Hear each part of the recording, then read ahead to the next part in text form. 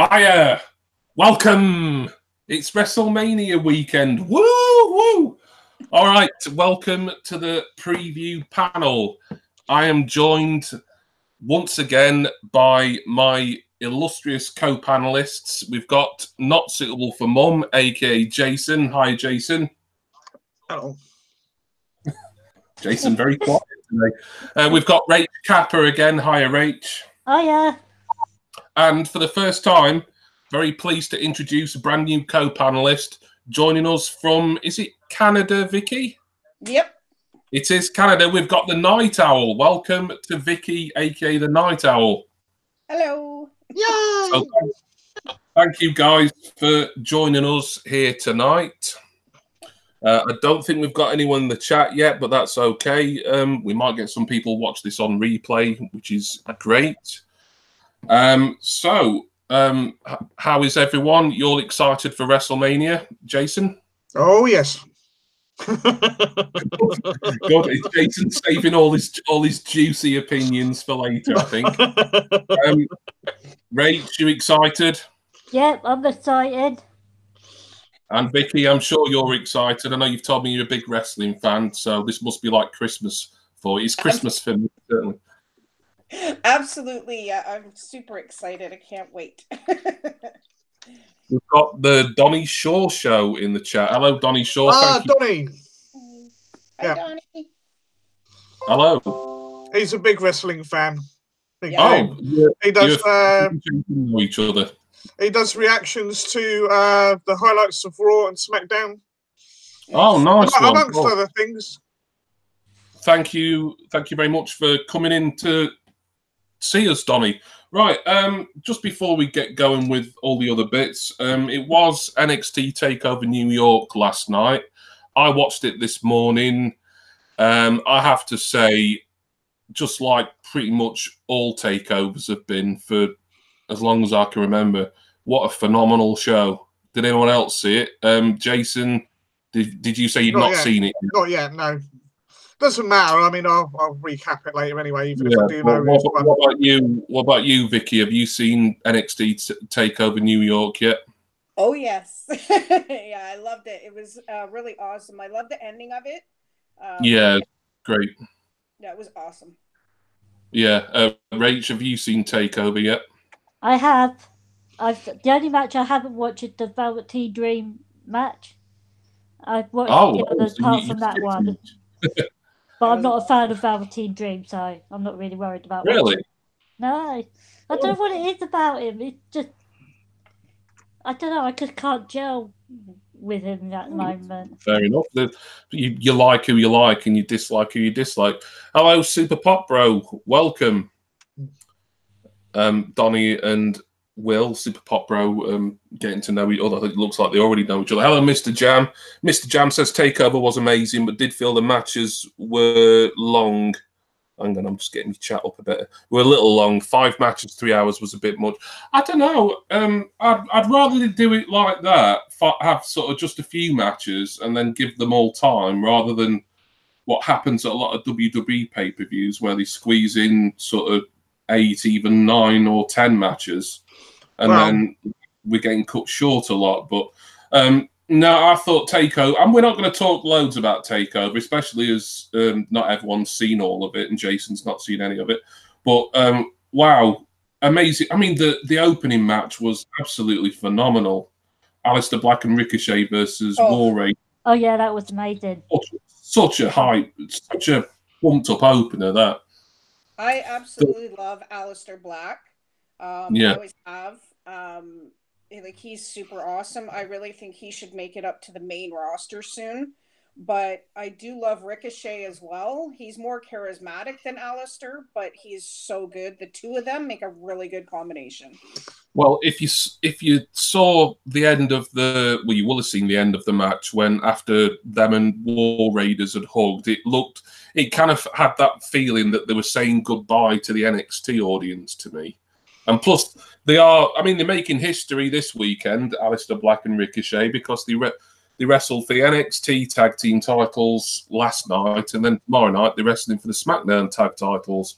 So they're doing double duty this weekend. Hello, Captain Vance. Thank you for coming in, Captain.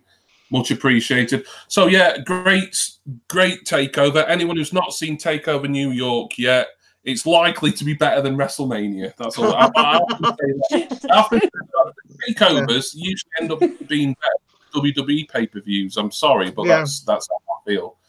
Although Rach doesn't like the Velveteen Dream, so Rach, you will have to have words. I'm sure I like him if I watch a few more of his matches, but I haven't been regularly watching NXT. Yeah, I do. I watch it religiously. Love NXT. I think the Velveteen Dream is. I like his character, but I do get that there are probably some people who think his character's a bit strange. But so maybe that's part of it. But yeah, anyway, that's we won't say too much more about Takeover. We will talk a little bit about the Hall of Fame though, because that Hall of Fame's another one of my favourite events of the year. Even though it's not a wrestling event, obviously it's just people talking. And last year's Hall of Fame seemed to go on forever. But they actually had to cut somebody off, didn't they? I think they've done that a couple of times, actually, Vicky. Yeah, I can't remember who it was, though. Yeah, the famous one I remember was when they had to send Kane out to interrupt Mr. T a few years ago. That was... that was awesome. It was funny. It was funny. In fact, Mr. T's whole speech was kind of funny, really. It just went on just always, didn't it? I think in some universe he's still there at the podium now, talking about it. It's Mama. You never know. He's frozen in time. Yeah, Mr. Jam says it was definitely Aleister Black and Ricochet's goodbye to NXT. Yeah, that's what I thought. Super Pop Bro still needs to do a lot of WWE catch-up. You certainly do, Will. Yeah, I hope you're going to be watching WrestleMania tomorrow. Don't forget, new WWE Network subscribers can watch it for free. I don't know why I'm shilling for the WWE Network. It's not my job. I think you need to hire us. They do, yeah. They do. Hall of Fame. How are we feeling about the Hall of Fame this year? Rach, you excited for the Hall of Fame? Yeah, I am. I'm excited to see what Brutus Beefcake's going to say, because I remember him, watching him from when I was like a little kid. Because the match I remember, I can't remember what year it was him versus the Genius, and Genius rammed him in the stomach with properly injured him in the stomach with like a metal scroll that he used to carry to the ring. Yeah. That was around 1990, maybe 89, 90 something like that. Yeah. Jason, how do you feel about the Hall of Fame this year? Yeah, I think it's quite good, but I feel we're missing the big star. Maybe that's because they've got DX as a whole or something, or the Heart Foundation maybe. But usually you have one of the big stars, and I'm a bit disappointed they didn't put The Rock in. Yeah. His time's going to come though. Let's be honest. No doubt. But there's a lot of two-time Hall of Famers being created this year. Well, a few like Shawn Michaels, Booker T, Bret Hart. We might be missing one, maybe.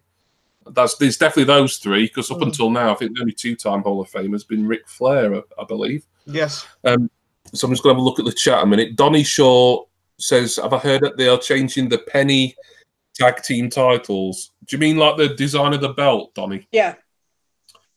Vicky. I heard that. Vicky. You've heard about that. I've not heard about that. Vicky, Hall of Fame, any particular induction you're looking forward to tonight or whenever you get around to watching it? I'm going to try and watch it tonight, but I'm really, really happy that they're finally putting not just the Hart Foundation, but Jim the Anvil Neidhart in. I think that's long, long overdue. He was an amazing wrestler, and he was with Bret Hart. I think he should have been inducted when they inducted Bret Hart, back then.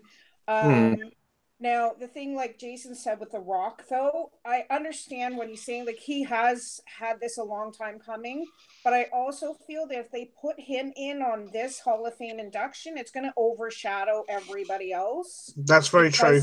Yeah, because he is such a big actor, and he was such a A-line wrestler that I think leaving him out this time might be a good decision.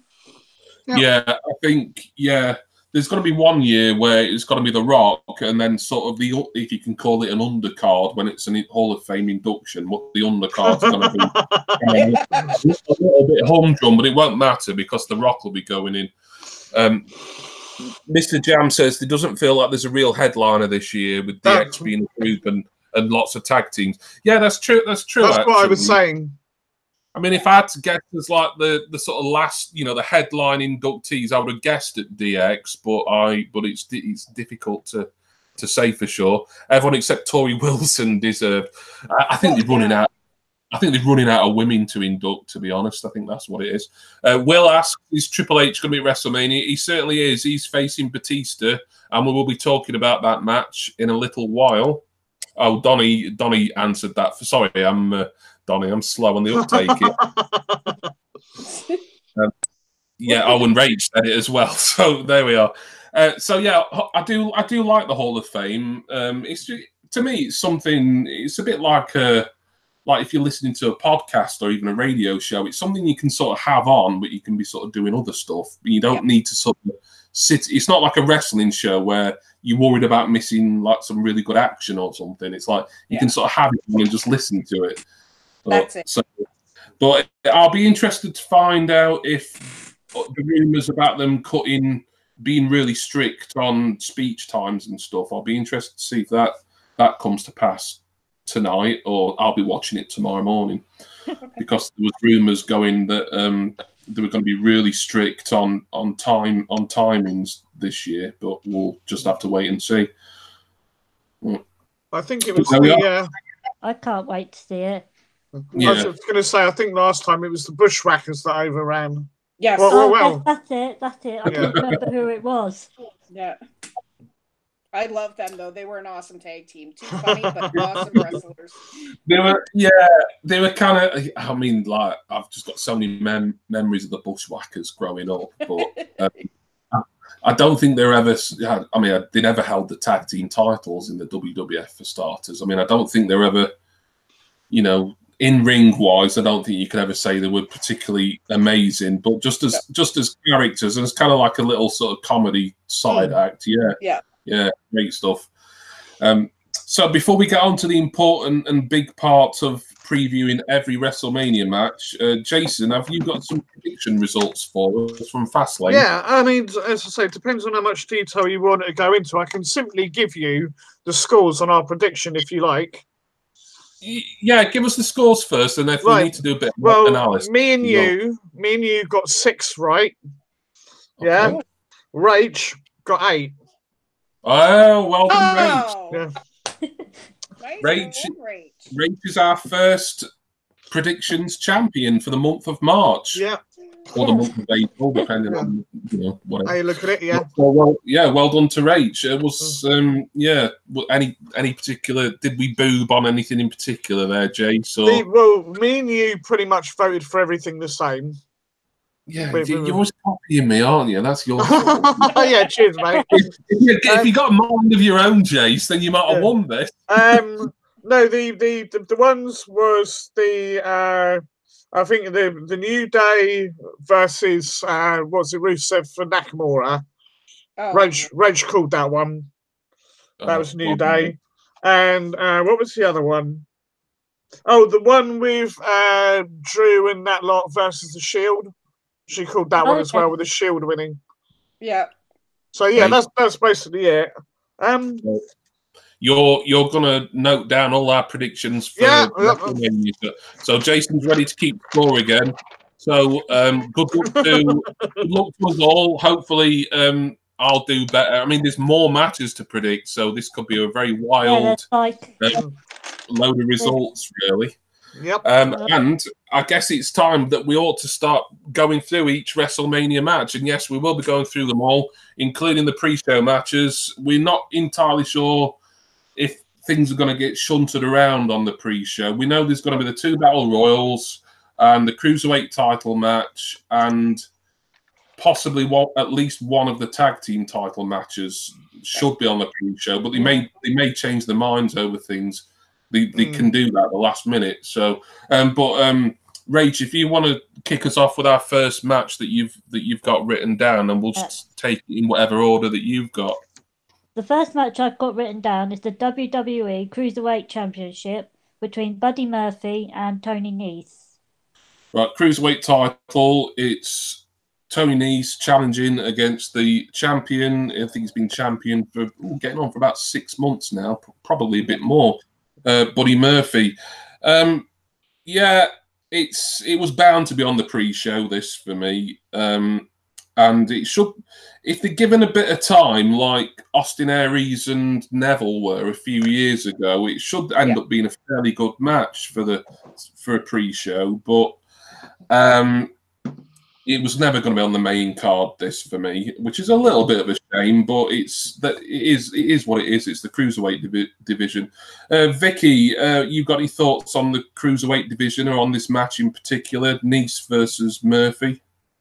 I do like Nese. I really do. I think he's pretty cool. I think he should win this time. I think my prediction is going to be Nese. Oh wow, that's fair enough. He held it for a while, right? So I don't know. Yeah, it must be 6-7 months, I think. Yeah, I've not watched 205 live in a long time, and apparently it's better now than when I used to watch it. But I just haven't got the time really. But So Vicky coming in with a prediction there. Rach, you got anything to say about this match in particular? I don't watch 205 live, but I think it's about time the belt was taken off Buddy Murphy. So I'm going to go with Tony Nese. Okay, that's fair. That's fair enough. Jason, you got anything to say about Buddy Murphy and Tony Nese? Again, not really followed 205 much recently. Nese is a damn good competitor, but Murphy has been quite a good champ. Yeah. I'm just going to buck the trend for the hell of it and go with Murphy. Okay, Jason's gone with Buddy Murphy. For me, like I say, I can't really speak too much on this match simply because I haven't seen 205 live in a long time.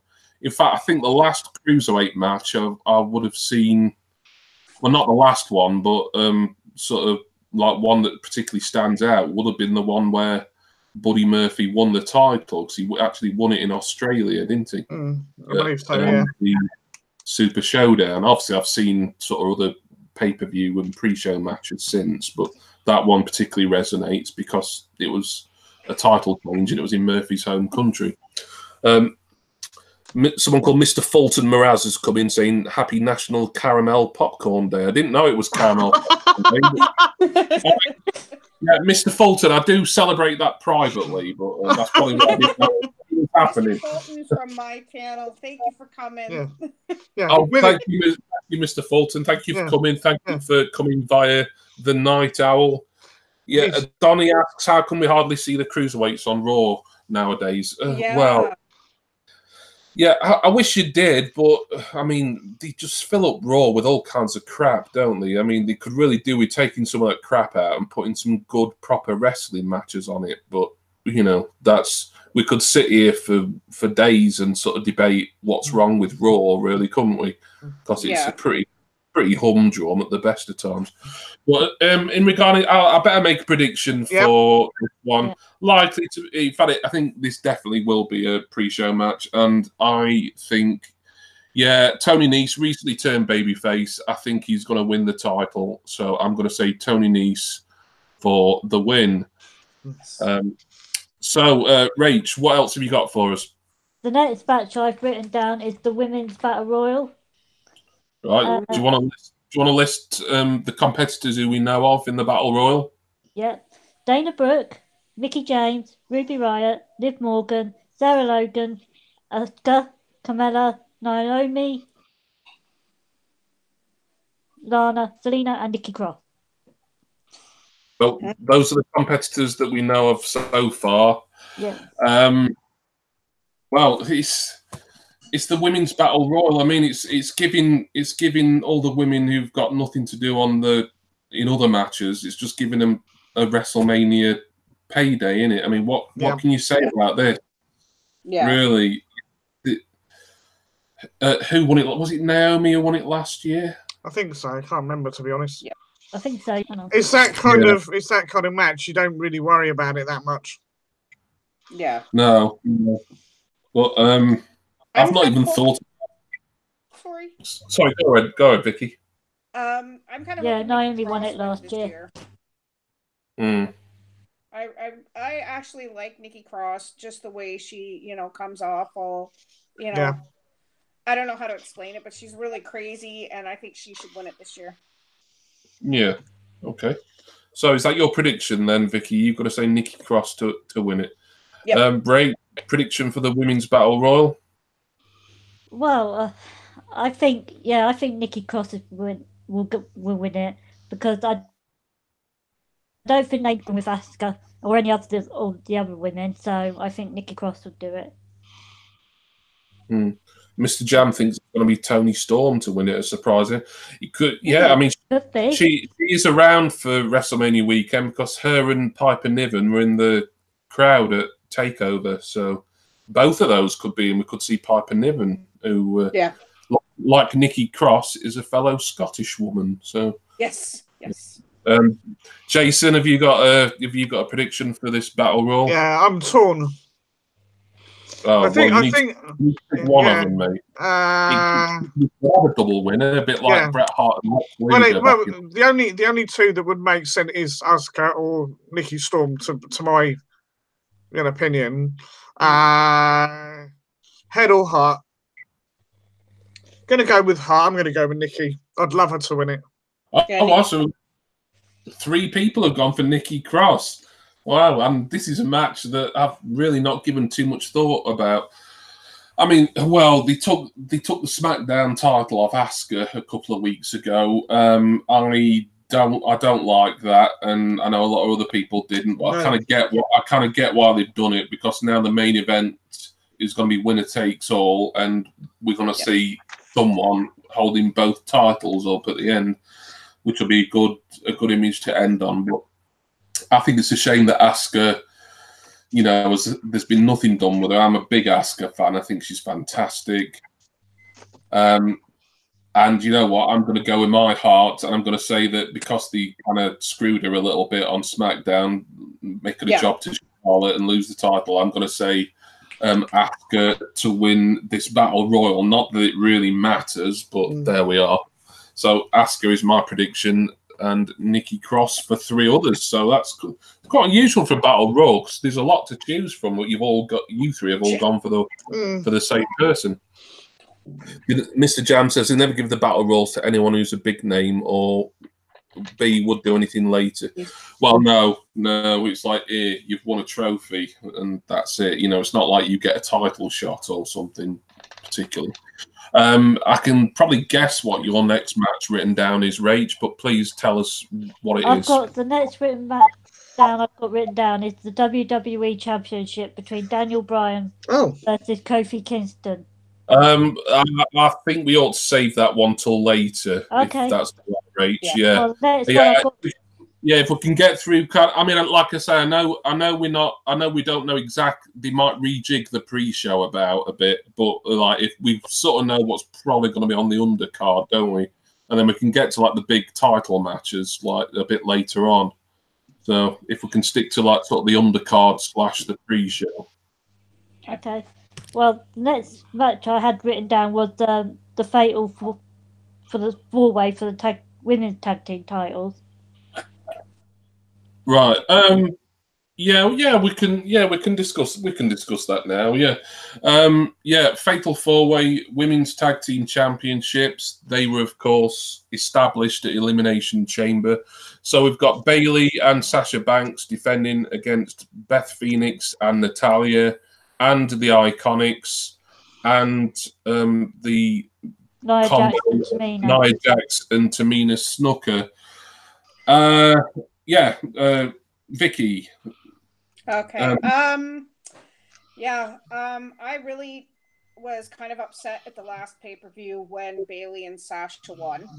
No offense to them. I mean, they're amazing wrestlers. I just think that Sonya Deville and her partner should have won.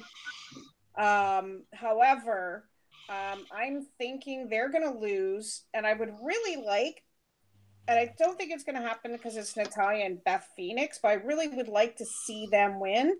But I'm actually going to predict the Iconics win. Because they'll probably cheat somehow, knowing the Iconics, and I think they'll probably pull it off. Interesting. Okay. Fair enough. Rach, you got any thoughts on this match? I actually think it's going to be Natalya and Beth. Because... Oh, okay. Yeah, I mean, it's nice they've brought Beth Phoenix out of retirement, at least for this night. And if they did give her the belt on the night, I mean, there's nothing to say like she couldn't lose it the following night on Raw or something. So I'd certainly see your way of thinking there, Rach. Yeah. Jason, what about you? Oh, tough one.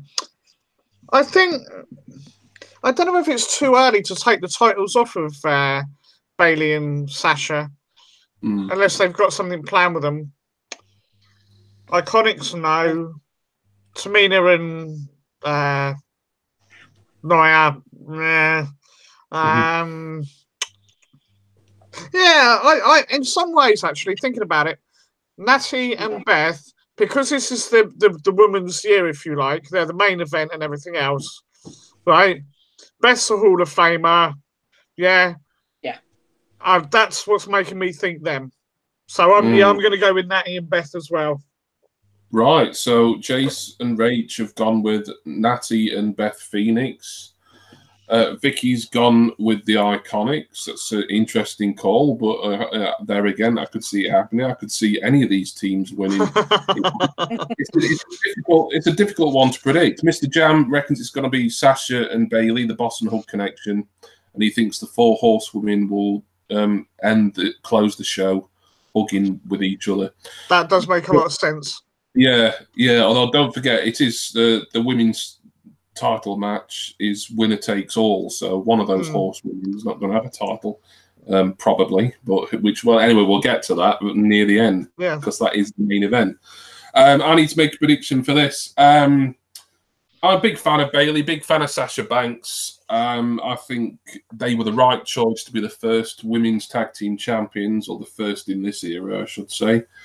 Much as I like the idea of a Hall of Famer coming out of retirement and winning the title, and I could see that happening, and then maybe her and Natalya dropping it the following night to like the Iconics or Nia and Tamina or the Riot Squad or somebody.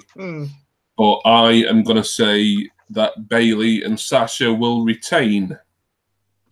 So that is my prediction. Fair play. Oh, what happened there? Sorry, you lost me for a second. No, you're all right. We are having technical difficulty, folks. Normal service will resume shortly. So there we are. I think we've kind of gone out the pre-show here, although they could always put that match on the pre-show. We just won't know for certain until it kicks off tomorrow. We can get back to what is certainly going to be on the pre-show, because I think it's been announced as such. The Andre the Giant Battle Royal, Rach. Yeah, I've got that written down next. Read out all the participants for us. Braun Strowman, Michael Chi, Colin Jost, Apollo Crews, Titus O'Neil, Tyler Breeze, Jinder Mahal, No Way Jose, Bobby Roode, Chad Gable, Kalisto, Gran Malak, Lince Dorado, Bro Dallas, Curtis Axel, Heath Slater, Rhino, Victor, Connor, Andreas, Ali, Shelton Benjamin, Luke Gallows, Carl Anderson, Matt and Jeff Hardy, Otis, Tucker, and EC3. Wow. You passed your memory test with flying colours there. Written down. Andre the Giant Battle. Well, there again, it's basically the men's equivalent. It's like it's giving a load of people something to do, a mania outing and a payday, in it. Last year's winner, that would have been Matt Hardy. That was last year when Bray Wyatt helped him win. I suppose the main talking point for anyone who gives a shit is There's a couple of Saturday Night Live guys who were in this battle royal. I've never heard of them before they were announced for this, but we don't really get Saturday Night Live over here, so we have heard of it. Obviously, we know what it is, but I don't think there's a UK channel that actually shows it. Vicky, you might be able to shed a bit more light on these guys if you want to. If you don't want to or you can't, then that's perfectly fine. But the Giant Battle Royal, what do you say about that? Well, I think I'm putting these guys in. Like, I don't really watch a lot of Saturday Night Live. I do watch it sometimes when they have like The Rock on, or when they have John Cena and stuff like that, because it's absolutely hilarious. I know. When you see the wrestlers dressing up like women and acting like complete lunatics, it's hilarious. However, I think that these guys are definitely not going to do anything. They're gonna get eliminated right away. I do, however, my pick for this one is Mustafa Ali. I really like his wrestling style. I love his intro. I love him as a character. He's just absolutely impressed me to the hilt. Yeah. So I could see him pulling this one off. That's my prediction for this match. I love his character, absolutely. Yeah, I'm in complete agreement with you there. For the most part, whether I'm going to pick Ali as my winner, I haven't quite made my mind up yet. I'm going to have to do it right at the last minute. But everything you've said about Ali, I mean, he's not Mustafa anymore, is he? Which is a bit of a shame. Not just Ali, he's just too short a ring name, really. But yeah, I completely agree with what you say about Mustafa Ali. I did when I used to watch 205 live regularly. He used to be on most weeks, and he was always one of my favourite characters on there. And since he got sort of moved up to SmackDown, I think his star's risen. I don't think he's sort of anywhere near main event potential yet, but I'd like to see him maybe in a good program for the US title at some point soon. Yeah. Rach, have you got a prediction for the Andre the Giant Memorial Battle Royal? Now, I'm torn. I'm torn between EC3 and Ali. Right. I'm going to go with my heart and say Ali. Oh, so we've got two people. So you and Vicky, Rach, you're kind of thinking along the same lines for these battle royals. You both picked Nikki Cross, and you're both picking out Ali, and I don't blame you at all. Like I say, I am a big fan of Ali. I think he's got tremendous upside. Mr. Jam reckons an outside bet is Andrade. Yeah, we've talked about this in previous panels, but he was supposed to be getting a really good push at some point, and it's just not happened yet. But I think it will happen at some point. Joseph Grohl has come in. Hello, Joseph. He's excited about this WrestleMania. Yeah, I'm excited about it. It's going to be like 8 hours long, isn't it? So I'm going to be pretty much a zombie by the time it's finished. Jason, we need your prediction. I think Jason's practicing for WrestleMania by falling asleep while we're talking there. But Jason, the Battle Royal, what do you reckon? Oh, crikey. And it does make a lot of sense, actually, now that people have said about it.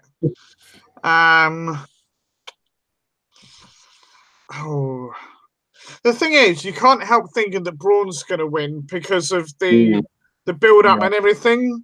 However, I do wonder whether they're going to carry on his story a bit longer after Mania. In which case, by some weird thing, these two nobodies from Saturday Night Live end up eliminating him. Oh. Yeah, exactly. There's nobody else really that stands out, is there? I don't think. Not really, no. Unless they do a swerve and put Jeff through because his brother won it already. Yeah. Both Hardy Boys are in it again. Could we see Matt win it 2 years in a row? Yeah, sorry, I'm going to go with Jeff. Jeff Hardy, right? Okay, so yeah. Jason's just different. Big Rod has subbed and liked. Thank you so much for that, Big Rod. Really appreciate it, sir. Definitely try and catch us all live soon. Yeah, we do these pay-per-view panels. Well, every time there's a WWE pay-per-view. Whether we'll start doing them for AEW or not, I don't know. We'll have to play that one by ear. But thank you for coming in. I need to make a prediction for this Battle Royal. I mean, like I said, it's not an important match in the grand scheme of things. You know what? For a few weeks, I was thinking, well, it's Braun Strowman's the only realistic winner of this. But now that everyone's sort of had their say, I'm kind of, I don't know. No, I'm going to stick with what I originally thought, even though I'm kind of doubting myself now. I'm going to say Braun Strowman to win the Andre the Giant Battle Royal. I mean, if you think about it, it's kind of a real big come down for Braun Strowman. I mean, he was being pushed as like, the WWE's next big monster for a long time. Yeah. And this time last year, he won the tag titles with a child, which was a bit weird. Oh yeah, I remember that. It kind of worked on the day. It was. I didn't really like it, but it wasn't. It kind of worked as what it was. Yeah. But the fact that like there's nothing. Braun's got nothing to do except go in a battle royal and probably feud with a couple of non-wrestlers from SNL is just whereas I think this time last year people would have been predicting him to win this year's Rumble or I think it's all the injuries and everything that he's sustained because he has had quite a few recently. Yeah. I'm kind of disappointed that they've kind of almost demoted him. I'm disappointed because he's such a good wrestler. He's a big man, and everything else. And he could fight the Big Show. He could fight big guys like Jinder Mahal and stuff like that. And Jinder Mahal. Yeah, I know. He could even beat Brock Lesnar, but that's a whole new story. Yeah, it's just I'm kind of sad that they demoted him like that. But like Jason said, he has had quite a few injuries. And, we got to kind of go with that. You got to start from the bottom and work your way up again type thing. Perhaps that's what it is. Perhaps he's, like with all the injuries and stuff, he's been kind of put in sort of slightly less noticeable situations and matches just to kind of, give him a bit of a lighter schedule. I don't know. It feels like it's like he's been like de-pushed, or as you said, Vicky, like sort of demoted, kind of. Yeah. But doing injury thing could be a factor. Joseph asks, whatever happened to Rich Swann? He got released. What was that? Just over a year ago, maybe a bit more. There was some legal incident that he was. It turned out he didn't get charged for it, but I think WWE felt they had to release him. He's been in. I think he's been in Impact recently and elsewhere. So so no Rich Swann in WWE.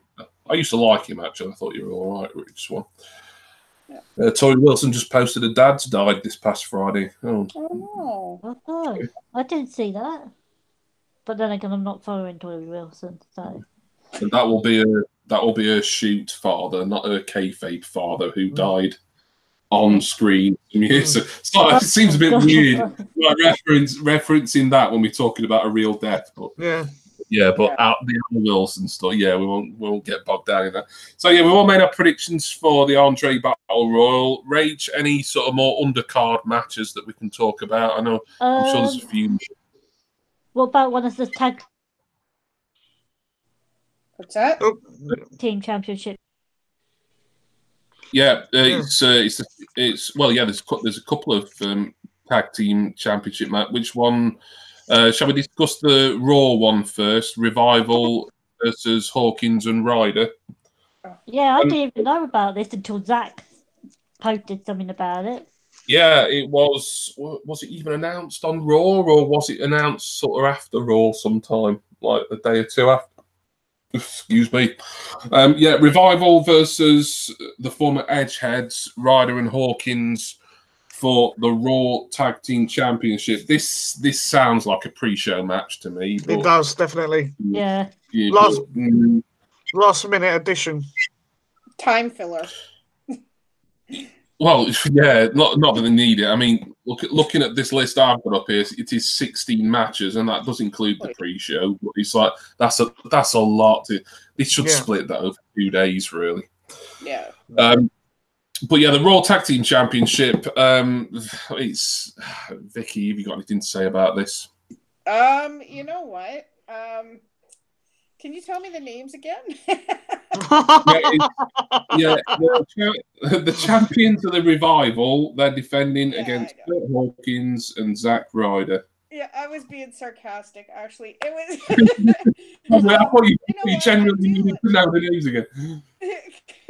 But I agree with you that it's a time filler.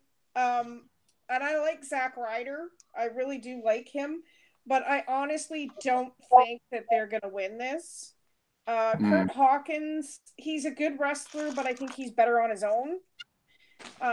So I'm going to say the Revival is my pick for this one. I think they're going to keep the titles. Okay. Revival to retain, says Vicky. Rachel, what about you? Yeah, I'm going to say the Revival because there's no way they're going to let Kirk Hawkins break his defeated streak, are they? Defeat. Yeah. It's weird saying that, isn't it? Defeated streak. But yeah, you are right, and that's what it is. 292 matches or something stupid. So, into the Revival there, Jason, what do you reckon? Well, I think it will be the Revival, but I can't help feeling that the Revival and the Raw Tag Teams as a whole is getting a bit shafted. Well, yeah. It's just a joke. You know, the Revival. You know, okay, yes, they put the titles on them, but have they really done that much with them as a team? Yeah. No. But anyway, be that as it may, Revival. Right, 3 gone for the Revival. You know what? Mr. Jam makes a good point. I'm inclined to agree with him. He reckons it's going to be Ryder and Hawkins to win so that Hawkins can end his defeated streak at Mania. And you know what?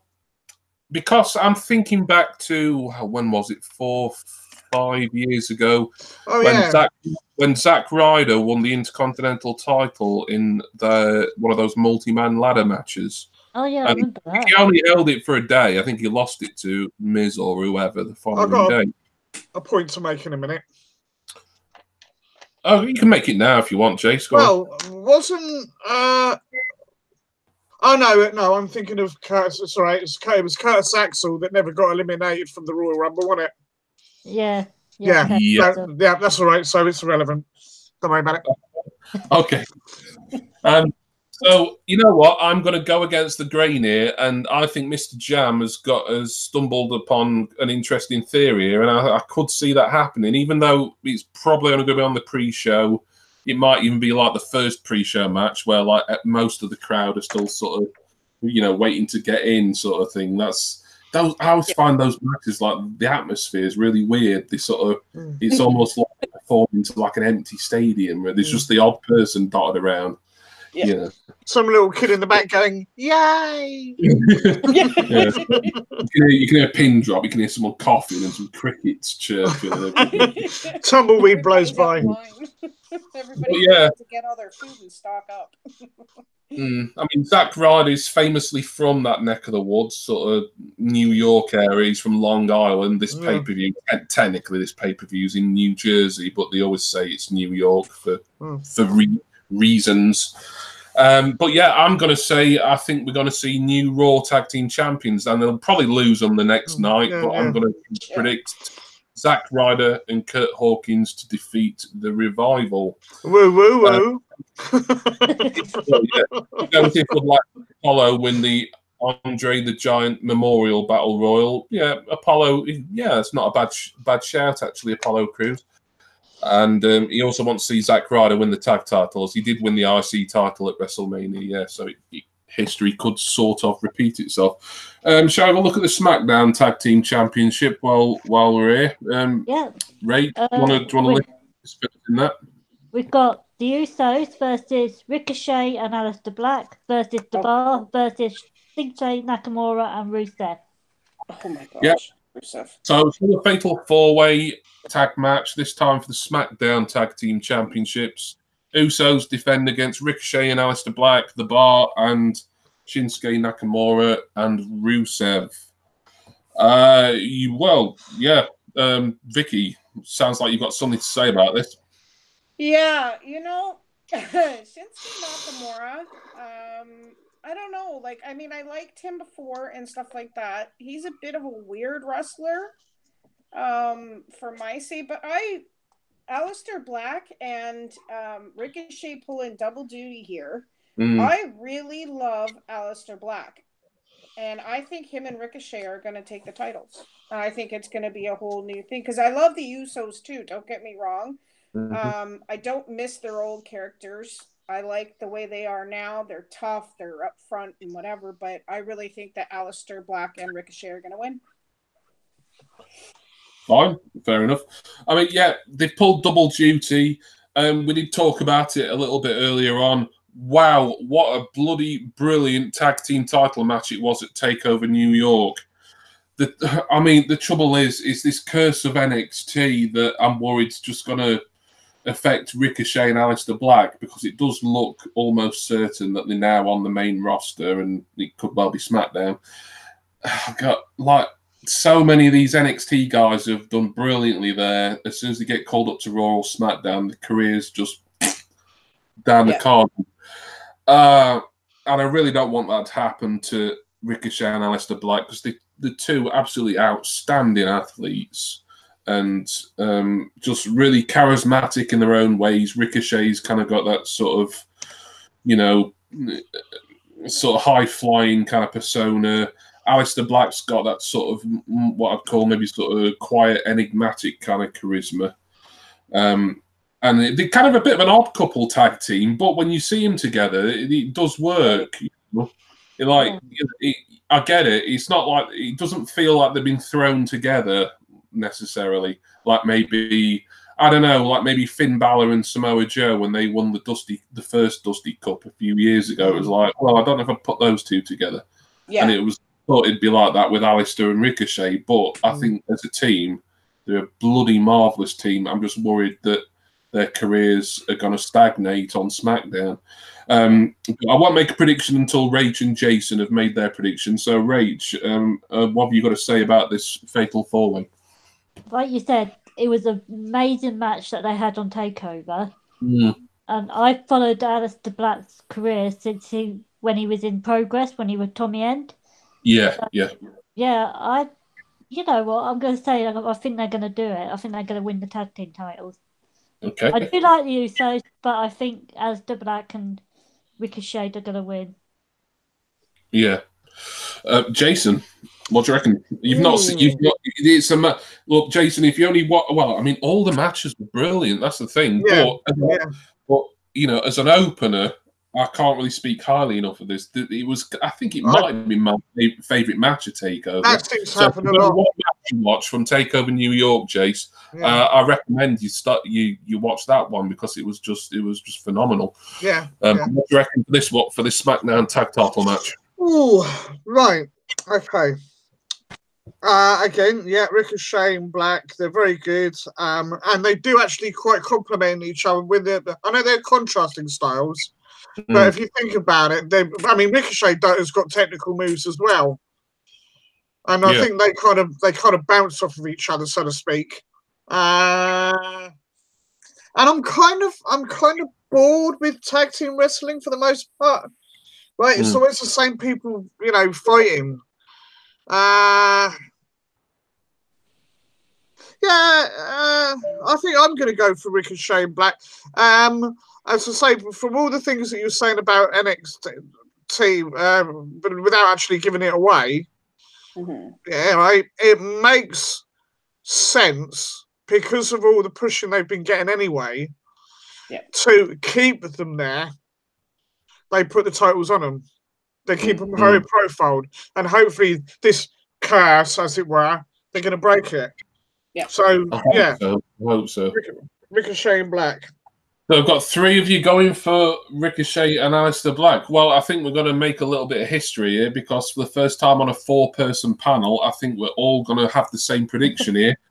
I would really love to see just not just Ricochet and Aleister, but just all the NXT guys who get called up and NXT girls as well. Like, let's not be gender specific here, but I'd like to see all the NXT wrestlers who get called up. I'd like to see, you know, depending on sort of their own levels of ability and everything. I mean, I'm not saying what's the features, the blonde lass whose name I've forgotten, who just walks out and then walks back again. Bloody hell, yeah. Oh, yes. Lacey Evans. I'm not saying like Lacey Evans should get a long run with the women's title, and you know Sanity and everyone else who's ever been in NXT should get a massive push. But I think certainly guys who have been near the top of the NXT card, like Aleister Black, who's a former NXT champion, Ricochet's a former North American champion.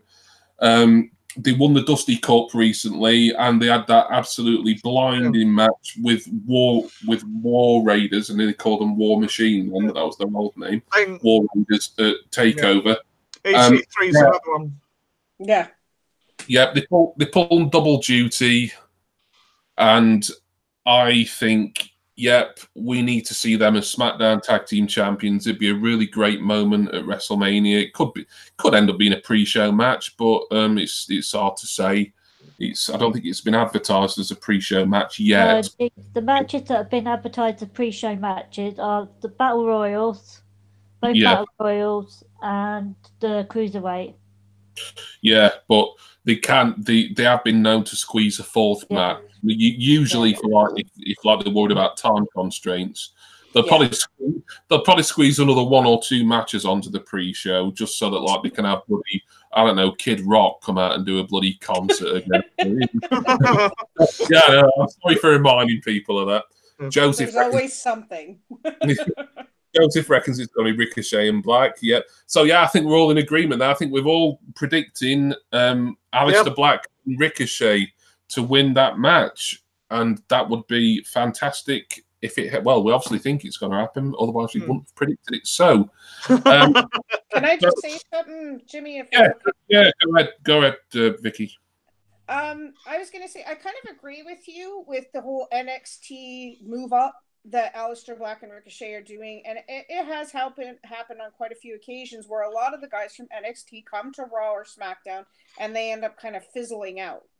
I think a lot of it though is because it's such a young roster for the younger ones coming up to what we're used to in the old days, like Coco Beware, Hercules, Georgiana, stuff like that. We're used to them. So now these younger guys are coming in. So the crowds that are there are used to all of that. So all these younger ones, I think, because they have a hard time keeping up and stuff with the demand of it. But Aleister Black and Ricochet, I could see Ricochet kind of losing fizzle maybe. But Aleister Black, I think he's going to be in it for a long time. I just had to say that. I really do, because I love who he is and his wrestling style and his everything else. I can say that I think he's going to stay in it for a while. Yeah, and he's got, if they're going to maybe give a little more attention to the tag team divisions. I mean, I think SmackDown's tag division is generally better than Raw's, marginally at least. Yeah.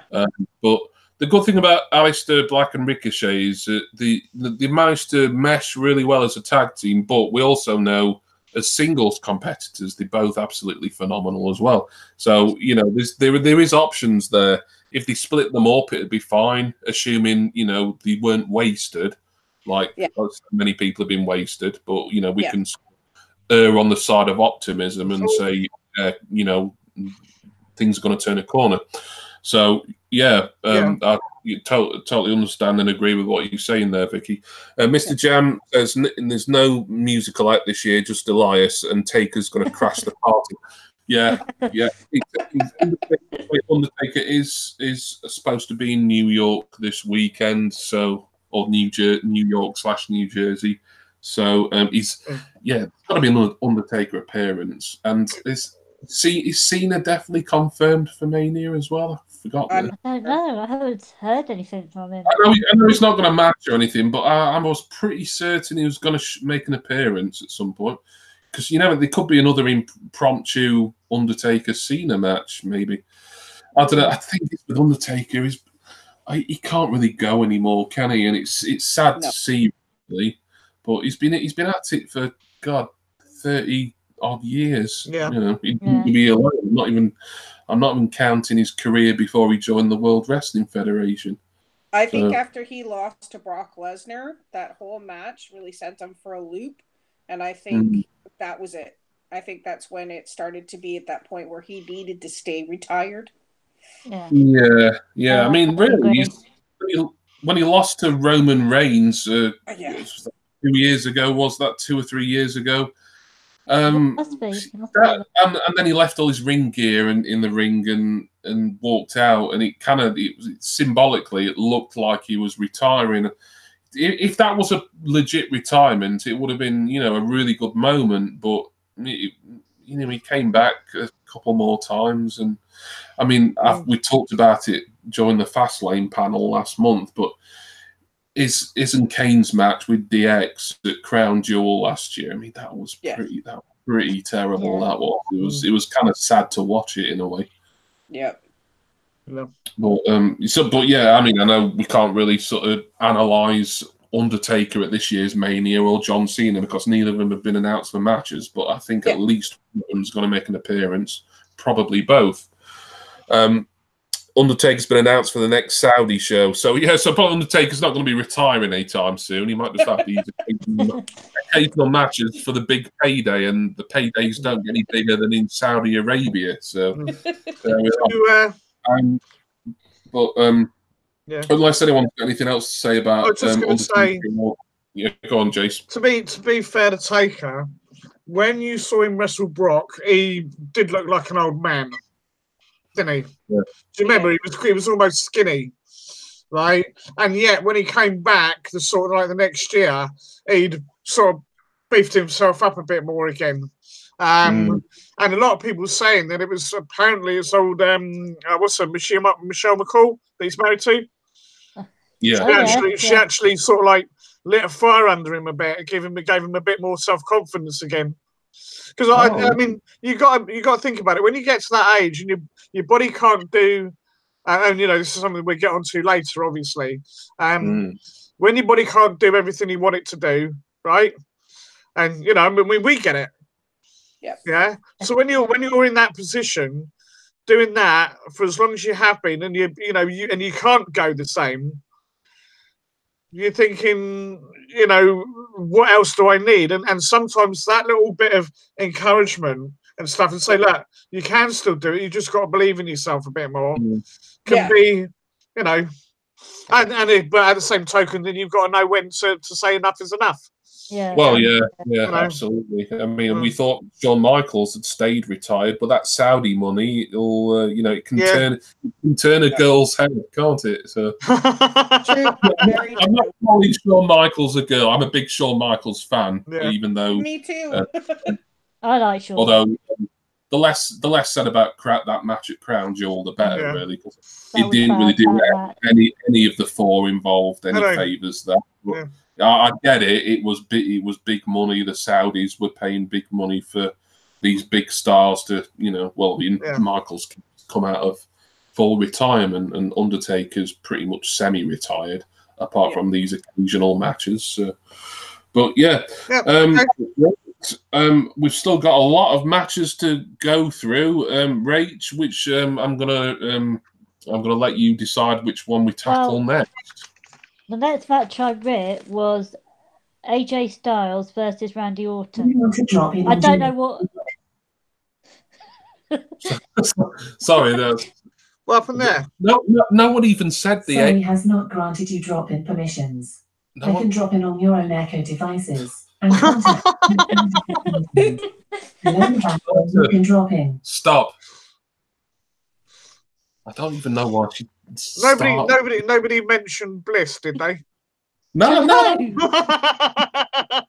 does do that sometimes. If I'm watching the TV and someone says a word that maybe sounds a little bit like it, that'll set her off. Yeah. Like she's almost as deaf as us, Jason, and we're pretty.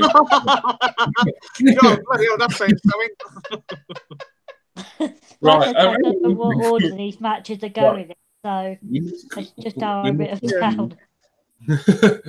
Right, so AJ Styles versus Randy Orton. Did they wrestle at WrestleMania a few years ago? Am I getting mixed up? I think there's something, I can't remember. Randy Orton's been gone for quite a bit, so I don't know. I don't know. No, maybe I'm thinking of AJ Styles' first WrestleMania, but I think he actually wrestled Jericho in his first Mania. So I think I'm maybe getting confused. Hang on, I got last year's written down. Oh, it was Orton and Rollins. Yes. Yeah, I remember. Yeah, I do remember that because that was the year Seth Rollins cashed in his Money in the Bank, wasn't it? Anyway, AJ Styles versus Randy Orton. It's not a match that even though I'm a big fan of AJ Styles, it's not a match that I'm massively looking forward to. But Vicky, what have you got to say about this one?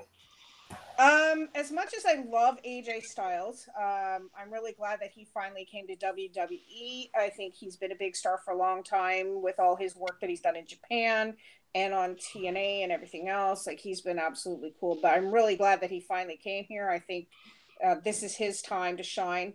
However, I am a huge fan of Randy Orton. I love the way he wrestles. I just love his arrogance and everything else. So I'm going to say that AJ is going to lose to Randy Orton because Randy Orton hasn't really held a title in a long time either. So I think my pick for this one's going to be Randy Orton. Okay. Yeah, I mean, I know Randy Orton, he kind of had a bit of a run with the US title. Well, I say it wasn't that recent, actually. Probably getting 6 months ago, maybe, something like that.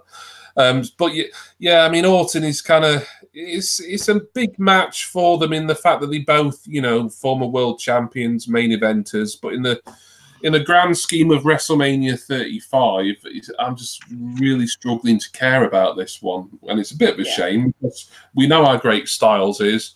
Orton, if Orton's got his head straight and Orton wants a good match, then it potentially could be a great match, but sometimes I think Randy Orton can be a bit, what's the word? Disinterested. Up his own arse. Yes. A bit kind of, sort of sleepwalk through this, really. It sort of reminds me a bit how Sting used to be in WCW towards the end. Sting kind of, he'd just sort of ramble out and he'd go through the motions and then, it'd be like, well. And that's why I think, you can never really, as legendary as the Sting character is, you can never really say Sting was one of the all-time great wrestlers because I think you phoned it in a bit too much. And I think Orton, certainly in recent years, depending on who he's been against and everything else, I think Orton's kind of been guilty of that a little bit too. But that's not to say Randy Orton is a bad wrestler or a bad competitor because far from it. But I'm care about this match. Rach, what about you? Are you looking forward to this one or no? I haven't watched SmackDown for about 3 months, so I don't really know what's going on. But like you said, AJ's a brilliant wrestler, so is Randy, but I'm struggling because they've had so many matches against each other. I'm struggling to really care about this match, but I'm going to say I'm going to say AJ. I think AJ's going to win. Okay. So Vicky said Randy. Rach said AJ. Jason, your prediction for this one? You got to look at who they're really going to want to push more. I mean, AJ's kind of taken a little bit of a back seat recently. So I can certainly understand them putting in Orton. I mean, when Orton, like you say, when Orton wants to be, he can be a really good worker. Yeah. Right? But is this really a WrestleMania match? No. Yeah. This is the thing. Normally when they bring up a Mania match, you think, it's going to be the sort of the end of the story. Yeah. But I don't think they've had really that much of a story to tell. No, Just I agree with that. Bitching backwards and forwards, that's about it. I think I'm going to go with AJ, right? And I do wonder if this is sort of like, well, it's weird because I think is AJ actually older than Randy? No, I think Randy's older. Maybe slightly. Because you can't sort of say passing the torch, really, can you? I can find out. Right, Randy Orton, born April the 1st, 1980. AJ Styles, born June 2nd, 1977. So yeah, AJ Styles actually 3 years older than him. Yeah. So you can't really call it as passing the torch, but at the same time, no. I do wonder whether Orton's career is kind of, because he's not been as high profile as he used to be. No. So he's kind of winding down. He's getting injured too. So yeah, I think that's why I'm going to go for AJ. It makes more sense. Yeah. I'll just have a look at the chat. Mr. Jam thinks Orton versus Styles could be the low-key match of the night. But potentially, we know how great AJ Styles is, and we know that when Randy Orton's in the right mood, that he can go as well. And he also thinks it depends on who wins the world title, because the winner of this match might be the next challenger. Possibly. Like I say, this one I'm struggling to really care about it. I don't think it's going to get an awful lot of time. You know, might be a bit of a spot match, really. Just kind of Randy attempting his RKO and then AJ attempting all of his signature moves. I think they might sort of extend this a bit into sort of his Backlash, the next one, the next pay-per-view. I'm not sure, I can't remember, but I think this one might run for another pay-per-view or another couple of pay-per-views. I think maybe I'll go for Randy Orton just to win this one, but then maybe AJ Styles will win the rematch in a month or whatever. But I don't really care. I have to be perfectly honest. I mean, it's not their fault. There's too many matches on the card. Let's be honest, 16 matches. It's ridiculous, really. But you know, I know it seems ungrateful to complain. You know, it's WrestleMania. It's like Christmas in it. But this is why I prefer the Royal Rumble generally, because you know because the Royal Rumble is there's always less match. I mean, I know there's more matches in the Rumble now because they made. I mean, does anyone remember this year's Rumble? That seemed to last a bloody long time. Well, at least when you've got two Royal Rumble matches which last over an hour each, you know, you can sort of sit back and sort of, you know, quality stock of things really. Whereas, like, you can't do it quite so much during WrestleMania unless you've got Kid Rock. Quality over quantity. Yeah, we're talking about that. I think we might have talked about it before we came on air. Actually, about WrestleMania should be 2 nights. I think it should as well, and then not Takeover and Takeover to Thursday and Hall of Fame to Friday. But whether they'll do that, well, I think they will do it one year. But yeah, we've predicted AJ Styles versus Randy Orton. Rach, what's the next match, please? Well, the next one I've got written down is the Falls Count Anywhere match between The Miz and Shane McMahon. This is the one we care less about. Yeah, no, God, how many panels have we been discussing this whole Miz and Shane thing? I mean, we knew it was leading to this, that whole tag team, we're best friends thing. We knew it was leading to this one-on-one match at WrestleMania. I mean, the fact, okay, well, Vicky, you're our new panelist, so you need to give us your opinion on this feud and this match. Okay, how much time we got? No, I'm just you need. Drop her in as far as I'm concerned, I kind of agree. This is kind of one of those. This should be in the pre-show match. This should be in the pre-show because this is something like, who really cares? Shane McMahon, don't get me wrong, like, he's got a lot of pep and whatever, but I mean, the thing is, the guy sweats like a stuffed pig. By the end of the match, he peters out after the first 10 minutes of the match, and you know, him jumping off the ropes and the cages and everything else, the guy's gonna kill himself, you know. Now Miz, though, I mean, for Miz, I didn't even predict the guy was going to get past Tough Enough because he got, you know, he got kicked off Tough Enough when he was on that. But he's really made a name for himself as an arrogant, you know what. So I'm going to say the Miz for this. I just think Shane needs to be a businessman and not a wrestler. That's just my opinion on that. I mean, he's a good wrestler in the sense of it, but like I said, I think the Miz. Yeah. Excellent points there, Vicky. I have to say, yeah, I'm pretty much in agreement with all that. Rach, the Miz versus Shane. We've known it's been coming since probably before the Royal Rumble. So we're finally here. The road to Shane-a-mania has finally come to an end. Macomania. I don't really care about this match. No. I'm going to say the Miz. The Miz as well. Jason, Miz versus Shane. Okay. I am going to say something. Probably people might think it's a bit off, but when I saw the match they had on SmackDown, some of it was quite entertaining when they went all the backstage, and it was kind of old school WWE, right? And I quite like that. So it's going to be a bit of a spot monkey match, but it could surprise us because, like I said, Miz is a good. He's a good wrestler. He's a legitimate good wrestler. He's got a great character, right? Like people are saying, he's come a long way since, you know, the real world and all that malarkey. I think the Miz is the one who deserves to go over because he needs to be doing something. He needs to get himself back in the spotlight again. So, and Shane, like I said, back to the office for him. So I'm going to go with the Miz. Yeah, especially now that he's having a second child, he needs the money. What Darth Vader is going to give this one?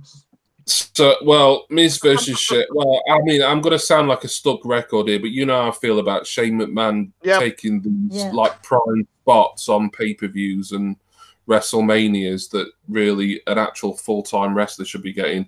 Shane McMahon, man, winds me the fuck up. I'm sure, like as a bloke, by all accounts, like, you know, off screen, lovely chap, apparently, good businessman, good father, good husband, blah blah blah. But because his surname's McMahon, we have to put up with his shitty punches and his bloody ultra sweating and taking spots that belong to actual wrestlers and actual full-time WWE superstars. It pisses me off. But because he's Shane McMahon and he likes to jump off high things, he gets them. However, Jason made very good points. This is a Falls Count Anywhere match, so it's going to be kind of hardcore, kind of spotty. So that'll make it more watchable, certainly. It's not like they're going to put Miz and Shane in a straight-up wrestling match. That would be absolutely abysmal. So if, you know, I'm sure they could probably make this fun. Obviously, Shane's going to be jumping off some high shit because that's what he does. I don't agree with Shane McMahon, a guy who's 50 years old and who isn't a full-time wrestler, but just keep taking these spots. But there we are. It is what it is. I think that I've got to go with the consensus here, and I will say that it is going to be a Miz victory. So I think we're all in agreement there. Wow! But on record, once again, for the fourth time, for the fourth panel in a row, that I completely disapprove of Shane McMahon being on all these big events. But there we are. Mr. Jack reckons Shane could win with help from Sanity. Well, yeah, I mean, would it be a Falls Count Anywhere match, Mr. Jam? You know, we could see a lot of interference from various people. Yeah, in fact, was Sanity even announced for the Andre Battle Royal? They weren't, were they, Rach? No. So, I mean, that's a shame in of itself. There is something. Once we've got done with all the matches, I want to bring something up. But with all the you want to make a point right at the very end of this. So you sure you don't want to make it now in case you forget, Joe? No. In fact, I'll even write it down. Okay. I hope it's not going to be a big anti-climax for us at the end of the show. No. It's just if you like it, sort of what other things could happen aside from the matches, shall we say? Well, okay, we can maybe end with that. Okay. Anyway, Super Pop Bro. Well, don't get me started on Vince. Well, yeah, Vince McMahon. I mean, like we could. I might do a whole special panel show just discussing the life and times of Vince McMahon. That'd be entertaining. Exactly. Yeah, you're on about Shane. I mean, he's in a way he's nothing like his dad. I mean, I don't think he's that crazy in the head, to be honest. But I think Stephanie's more like Vince than anything. Yeah. No, Absolutely. She's a bloody spotlight taker. I can't stand her either. Yeah, it's just being a McMahon family member. You've got to have, you've got to just have that instinct of just how to piss people off. And anyway, enough of the McMahons. Because there is other matches. We've still got about another 4 matches to go, haven't we? Well, at least I think we've got way more than 4 to go. Yeah, we've got hang on, a lot. I'm trying to count. 1, 4, 5, 6. Yep. Okay. 7. We've got about 7 matches to go. Bloody hell. 7 or 8 from my count. As I say, this panel is going to be as long as bloody WrestleMania itself at this rate.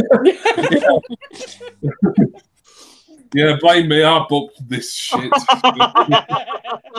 But, all right. So, Rach, what's your next match on your list? I know we've kind of gone off the order of your list. I think the next match I've got written down is the WWE United States Championship between Joe versus Rey Mysterio. Now, I heard rumors that Rey was injured.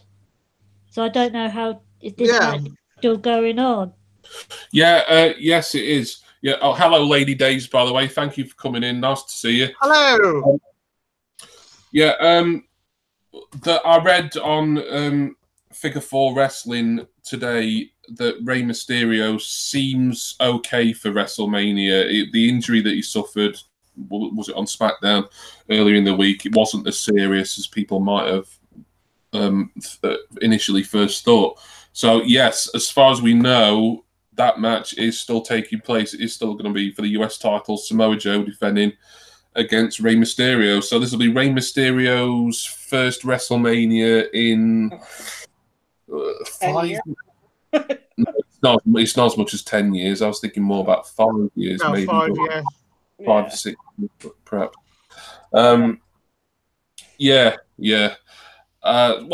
Vicky, US title match. What say you? Okay, well, you know what? I want to go with Rey Mysterio because I really liked him way back when he, like, the 619 days and everything else back when Chavo Guerrero and Vicky were still in it, and before Eddie passed away and all that stuff. Like, he really made a name for himself. He's a little guy, but he's got a lot of power. Mm-hmm. So I'm going to go with Rey Mysterio for this one. However, I do want to say that, it's going to be, I think this one may be an entertaining match. Yeah. It's there again. The US title, it's never really, well, that's not never, but for a long time now, it's not really had the prestige that maybe the Intercontinental title, which is its kind of counterpart championship, has had. And I think that's kind of a shame because the United States title, if you trace its lineage back, I mean, it's actually an older title than the Intercontinental. I mean, that came in, I think, the late 70s or very early 80s. I think the US title was first established in the early 70s. So, not that that's particularly relevant to this, but it's just, if you consider, sort of, we've got a lot of these new titles now. Like the Universal title is still pretty new. It's only a few years old. The Women's Tag Team Championships is very new. And really the Raw and SmackDown Women's titles, neither of them are particularly old either. Yeah, because it was always the Divas, wasn't it? Yeah. So it's a shame that a title with so much rich history and lineage is kind of been sort of, it's kind of like not a jobber belt, but it's, it's kind of, I've won this, but it doesn't really, it doesn't really matter. I'm a US champ, so what, sort of thing. Yeah. Hello, Jenny Aponte. Thank you for coming in. And Mr. Jam says Joe to win. Rach, your turn for a prediction. Joe versus Rey Mysterio. Like I said, I haven't watched SmackDown for a while, but I know how long Joe's been without a title, so I'm going to say Joe. Okay, fair enough. Now then, Jason, I know that you're a big Samoa Joe fan. You even rather rashly, if I may say, picked him to win the Royal Rumble this year. Yeah, how did that work out for you? Well, yeah, he did all right. Yeah. It was never going to happen. This was Seth Rollins here, but anyway, that's But I know you were pleased when he won the US title, and it was about bloody time he's got a title. Yeah. I'm a huge Rey Mysterio fan though. Back in WCW days, was it him? Was it Billy Kidman, Conan, and somebody else? Big Eddie as well. Filthy Animals. Filthy Animals. They had a brilliant entrance theme. Animals. Anyway, be that as it may. So I mean, I'm a big fan of both of them. I think this could be a very good match. Ray can't go like he used to. We know that, and but he's adapted his arsenal of moves, shall we say, to compensate. Right, and to be fair, you said about people sweating loads. Joe does a fair old bit these days. Yeah, he's what is it? Early 40s now, and he's been going for a long time. Oh, he's got to be older than that, mate. Yeah. I think he's not far off similar age to AJ. Yeah. So it'll be close to AJ. Yeah, probably. I mean, sort of, him and Styles and Joe's careers have kind of gone in parallel. Well, exactly. In a lot of ways. Exactly. As much as I would like Ray to win, just to be like one last title run before he retires, because he can't have that much longer left, to be fair. Yeah. Right? The fact that he's been able to come back and do as well as he has been quite amazing, to be quite frank. But I think Joe needs something behind him to give him, I know you say it hasn't got the prestige that it used to, but it is a title. Yeah, it's still, it's still SmackDown secondary male single title. So I don't see how they can take it away from him this quickly. I really don't. Yeah. So again, that's why I'm saying Joe. Yeah.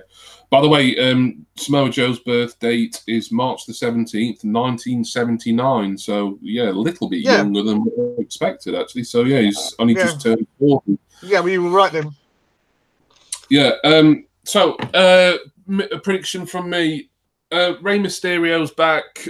I think he's on like a lighter, almost part-time schedule, which kind of, to me, signposts the result a little bit, possibly, unless it's one of the... He'll win it, then a night or 2 nights later he'll drop it.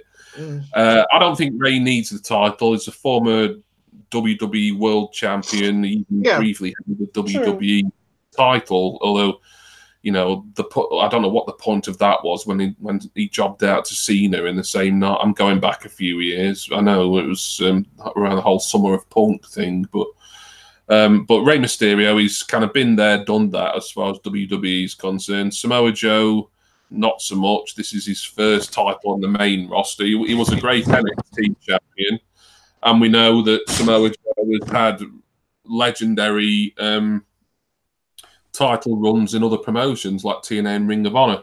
I think Samoa Joe needs to keep this title for quite a while. If he can keep it and defend it in good matches against big names like Rey Mysterio throughout the next few months, then maybe the US title might be on a par with the Intercontinental title again. It'd be nice to see, because I'm a big fan of the US title. I like the design of the belt.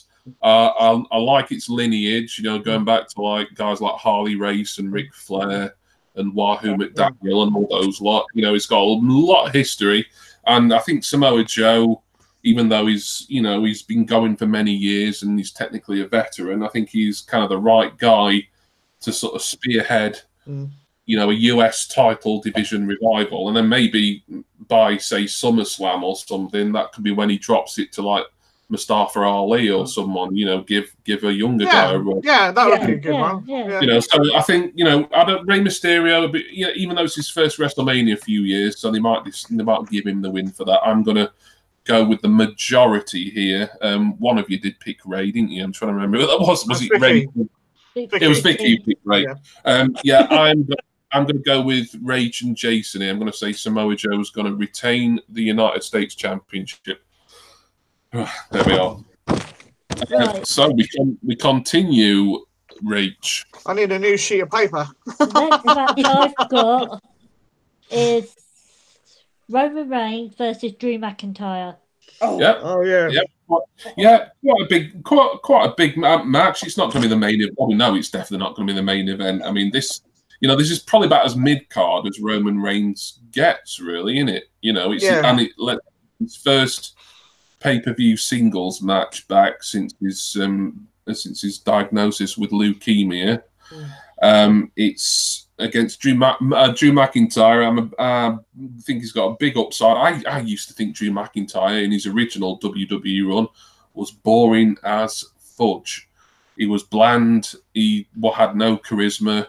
Just the transformation of Drew McIntyre since he got released, and then he went to the Indies, and he came back to Britain from time to time, and he worked at TNA and ICW, and just the way he's kind of worked on his character and worked on his in-ring skills has just been.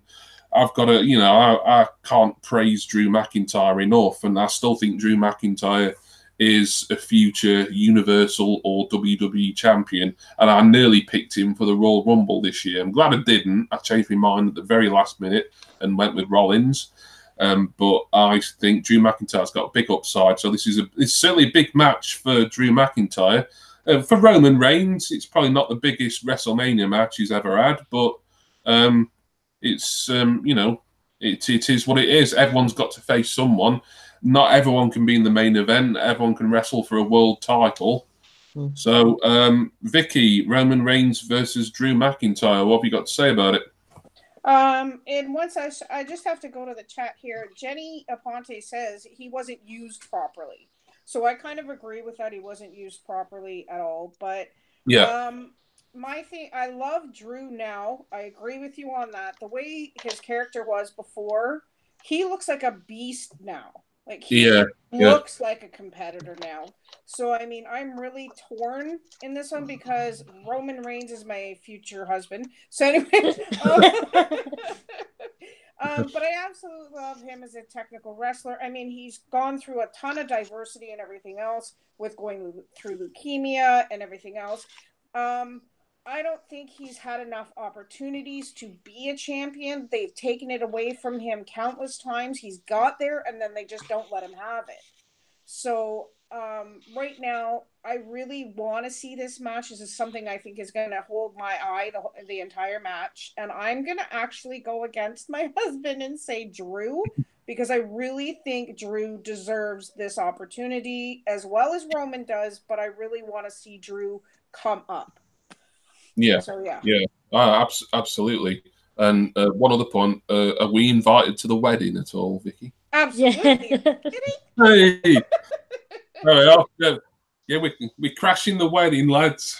Roman Reigns needs to be informed about this first, but well, never mind, bridesmaids. You and Jason are going to be my flower men. Oh, Jason will love that. Yeah. Jason's often seen with a couple of pansies. So. Oh, cheers, mate. At least it's not daffodils. Well, Vicky's picked Drew McIntyre. Rach, what about you? Who are you picking for Reigns McIntyre? Well, just because he's got everyone's cheering for him since he's come back, and he's got a bit of momentum at the moment. I'm going to say Roman Reigns, because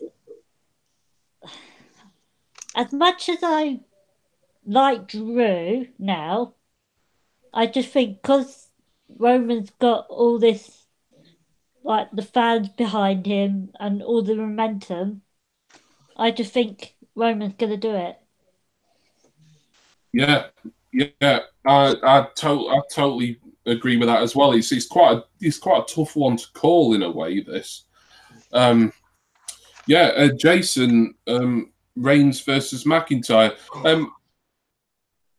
I will say it's a little bit bittersweet in that for Roman Reigns to be finally accepted as a beloved babyface, he's had to have like a cancer scare. It's awful, isn't it? You just know that if this leukemia thing never cropped up, people would still be booing Roman Reigns out of the building. You have to do that. There's no question about it. But that before that happened, before he came out and said, "Look, I've got cancer again," he was just. They tried so many times to get him over as the new John Cena, the new Hulk Hogan, even, and it just wasn't working. But ironically, it might actually happen for him because of this, and it's kind of a weird way for it to happen. But such is life, I suppose. But sorry, Jason, I was kind of that's all right. No worries. I just wanted to make that point about Roman Reigns. It's a good point. I think it's an excellent point. It's almost hypocritical of the WWE universe, really, isn't it? Well, yeah, it is. Yeah, it's like. Well, I've always been a fan of Roman, so yeah. Oh no, I never booed him. No, you can't accuse me. Yeah. Oh, I mean, I like the guy. Okay, he's one of these people that have got a limited arsenal of moves, but what he does very well. Yeah. Okay. Big Drew fan. Even back in the day when they didn't do much with him, I was still a fan. Obviously, like you said, he went to TNA, brilliant over there. That's very, to me, he grew and became as he is now. In fact, I'd say even on from that, he's grown even more since returning to WWE. Bloody tough to call. This is Logic says Roman. Logic really does say Roman. Okay. Is that what you're saying? Because you've never been the most logical of people. Yeah. I would like Drew to win, so I'm going to say Drew. I don't think he will, but I'm going to go with Drew anyway. So Drew McIntyre is your prediction. Yeah. It could even be a no contest. Well, yeah, I mean, they do happen. We can't. It'd be a very specific prediction to make, and we can't. We can't really. It's too sort of iffy to sort of predict that. It could well happen. Like you, like all of us, I think we've struggled to really pick for this because on one hand you've got Roman Reigns, who we know Vince McMahon thinks the sun shines out of his backside. He wants him to be he's the next big thing. No, that's fair. Vince McMahon, he's got to have like one guy who's kind of top of the pyramid, and it's been Roman for a few years now, whether the fans necessarily like it or not. Yeah. And Roman is now kind of getting this fan acceptance. We know why, and it's kind of a shame that that's the reason. I've never professed to be the biggest Roman Reigns fan. I don't think he's a bad wrestler or anything. I just felt the same about him as I felt about Cena kind of 10 years ago. He was getting shoved down my throat. That was it. It was like, let me make my own mind, this other enough. Like better. But no, everything's Roman. But I don't not rate him as a performer or as anything else. And as a person, I'm sure he's a lovely guy. Drew McIntyre, like I said, I think Drew McIntyre's come on leaps and bounds since he came back to WWE. He was NXT champion for a little bit. And I think he's going to be a future WWE champion. He's going to be a future world champion, whichever belt that is. So it's difficult to predict. This is like a coin toss kind of one for me. I think I'm going to have to go with, much as I would like to see Drew McIntyre win, I will say because it's he's going to get cheered finally, and it's his first big singles match back after his cancer scare. I think this is going to be a Roman Reigns victory, but I do think there's some rematches going to be down the line, and hopefully Drew McIntyre is going to get a big win over Roman, maybe at the next pay-per-view or something. So I think this is a feud that hopefully might run a little bit, and we'll see Drew McIntyre going over as well. But I think for WrestleMania, I think I'm going to say Roman Reigns to win. Yeah. Can I recommend, just for a moment, that we take a short breather? Yeah. Because we didn't say we might, two of us will stay on, but I could really use to do with going somewhere. Yep. for a walk, for catching a bus. You're allowed to say the carsy or the shit house. He's got people want to have a bit of a break for fight. I could do with a bit of a break and maybe make a drink in a minute. I'll be second, so it's not a big deal. All right. I shall be back momentarily. Okay. Yep. So I will mute the thing because you don't want to hear me doing the business. All right. Yeah.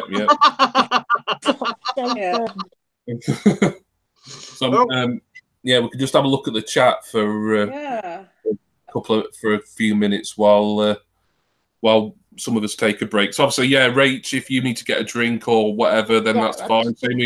Same with you, Vicky. If one of us can sort of stay on until someone else. I'll be back in 5 minutes. That's fine.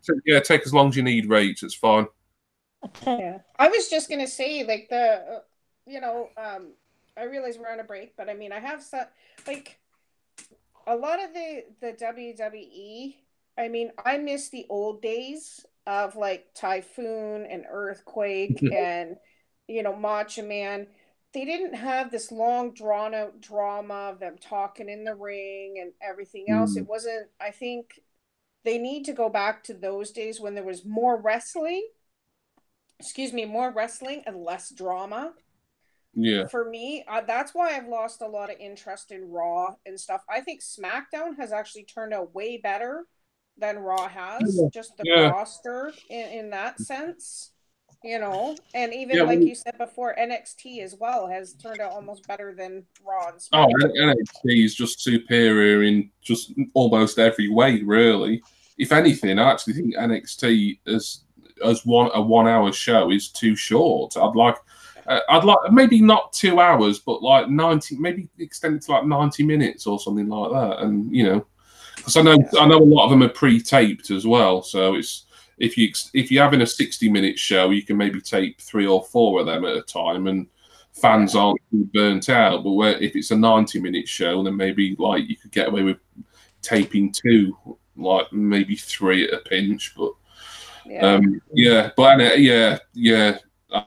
what you're saying about SmackDown being superior to Raw. It's going to be interesting when SmackDown moves to Fox, because it's supposed to be going to 3 hours as like Raw.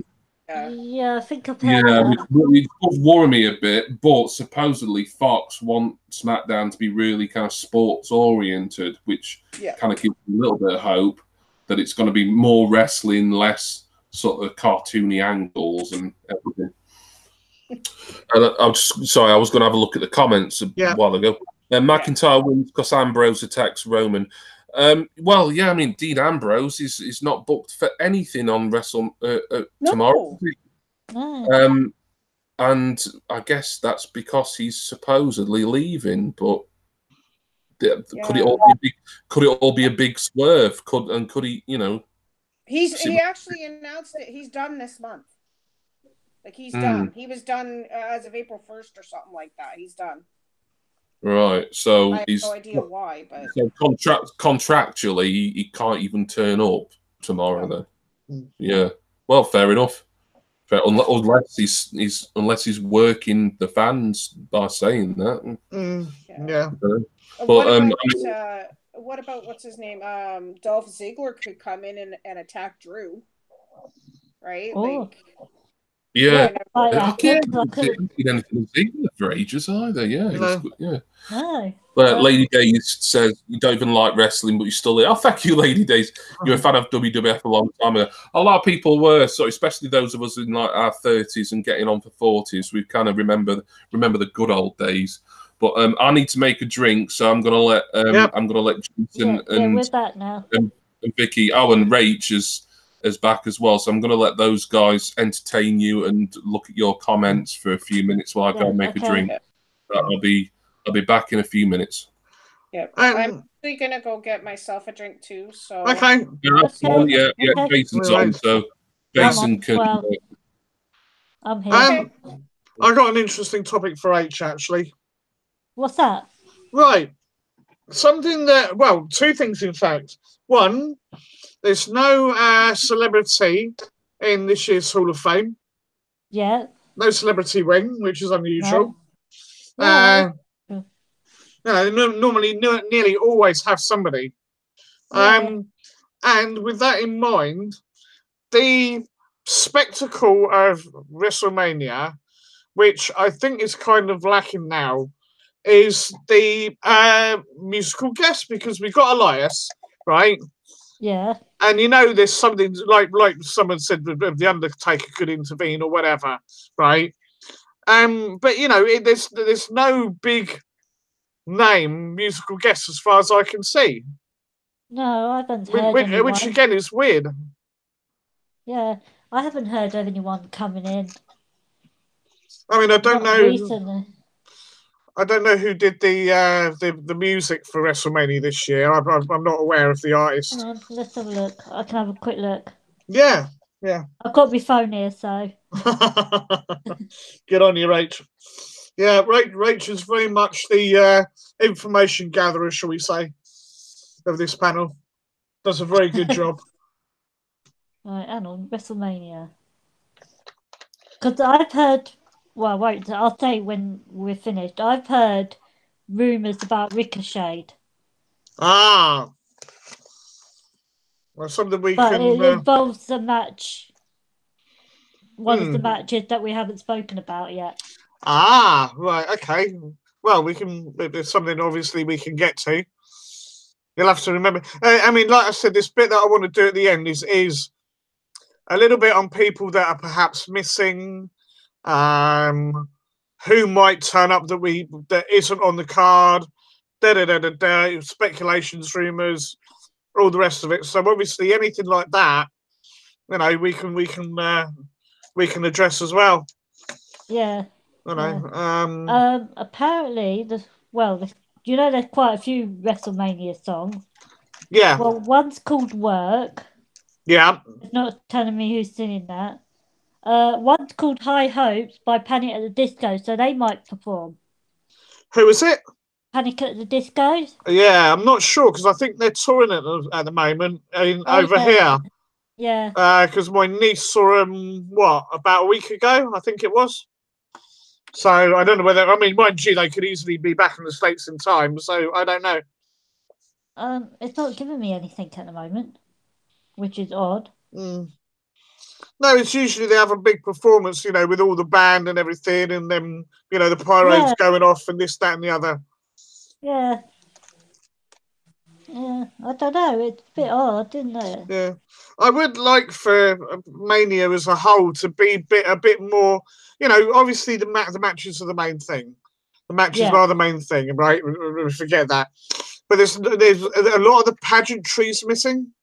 Yeah, like before, someone will always sing the national anthem.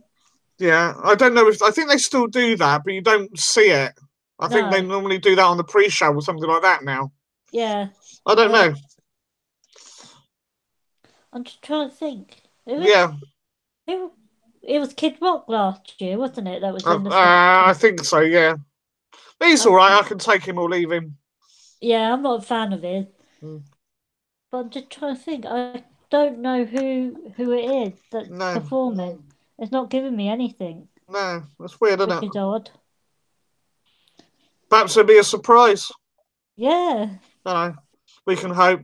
No, but you know, it used to be the thing with old Cyndi Lauper coming out, and you know, Mike Tyson, Mr. T.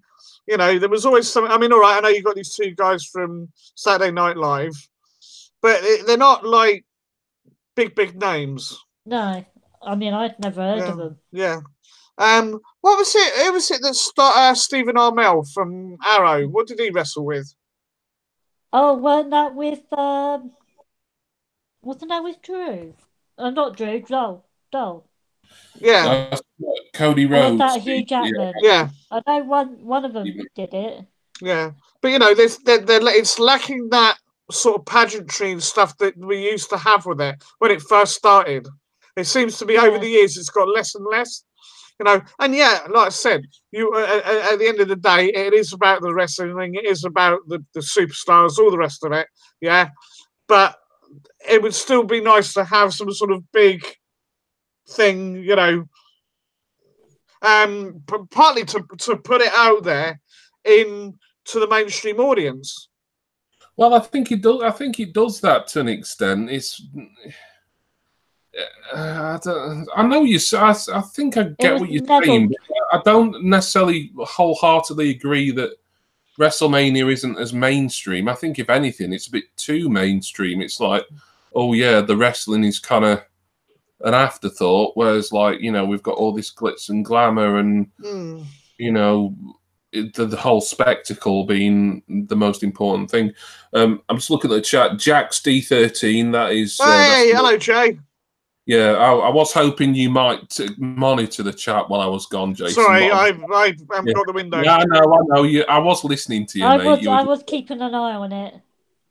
Yeah, Jax or Jay, NXT TakeOver better than the main roster. Yeah, it was another mind-blowingly brilliant takeover. Every match, fantastic. Like I say, personally, I thought the opener was great. Obviously, the main event was something special. And everything in between was very, very good as well. So, you know, TakeOver, you know, NXT, when it comes to TakeOver, lately, they can't do any wrong as far as I'm concerned. Yeah. No, Jay is he's a huge wrestling fan. Thank you for coming in, Craig. What if The Rock shows up to Dick Lewis, asks Jenny Aponte? Well, yeah, I mean, it's possible. Oh, and Vicky's back as well. So if everyone's back, I suppose we can resume with our predictions, unless people just need to get anything done quickly before we reconvene. No, I've got... Ready? Right, okay, great. So what was the match that we just finished talking about? That was Drew versus Roman. It was, yeah. So, Rach, the next match on your list, please. Well, the next match I've got written down is the WWE Intercontinental Championship between Bobby Lashley versus the Demon, Finn Balor. Oh, yeah, of course. He's coming out as the Demon. Yeah, I'm glad you reminded me about that. Yeah, Intercontinental title, Bobby Lashley defends against the first ever Universal Champion, Finn Balor, who will be in his Demon attire. Yeah, I kind of wish I cared a bit more about this match than I do, to be honest. I do like Finn Balor. I don't think I'm as big a fan of him as Rach is. I know Rach is really a big Finn Balor fan. God, I am, yeah. But I'm just struggling a bit. It's because there's so many matches. And I think it's going to get lost in the shuffle with a lot of the others, really, for me, this. Vicky, what do you think to this match? Well, and just reading what Jenny said, she said the Demon all the way. So she's a big fan of Finn Balor. I do like Finn Balor. I think I'm going to that's my pick. I'm just going to say that right off the bat. I do like the Demon, period. Although, you know, I think for a while there, he wasn't allowed to wear the makeup in certain countries. He's not allowed to do that. So I'm really glad that he's bringing him back. I think he's definitely going to pull this win off. Okay. So Finn Balor predicts Vicky.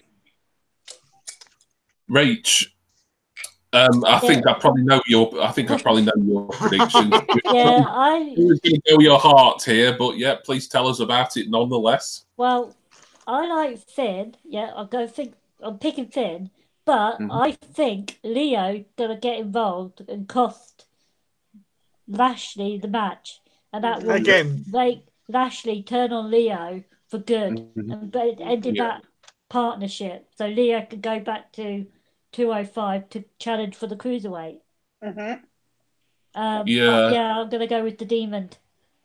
Yeah, is Leo Rush a better talker than a wrestler? I'm trying because I saw he was very briefly in NXT. I don't think he had many matches in there, and then suddenly he was on 205 Live. I'm trying to. I'm not really. I think Leo Rush is going to be like another Jimmy Hart. Yeah.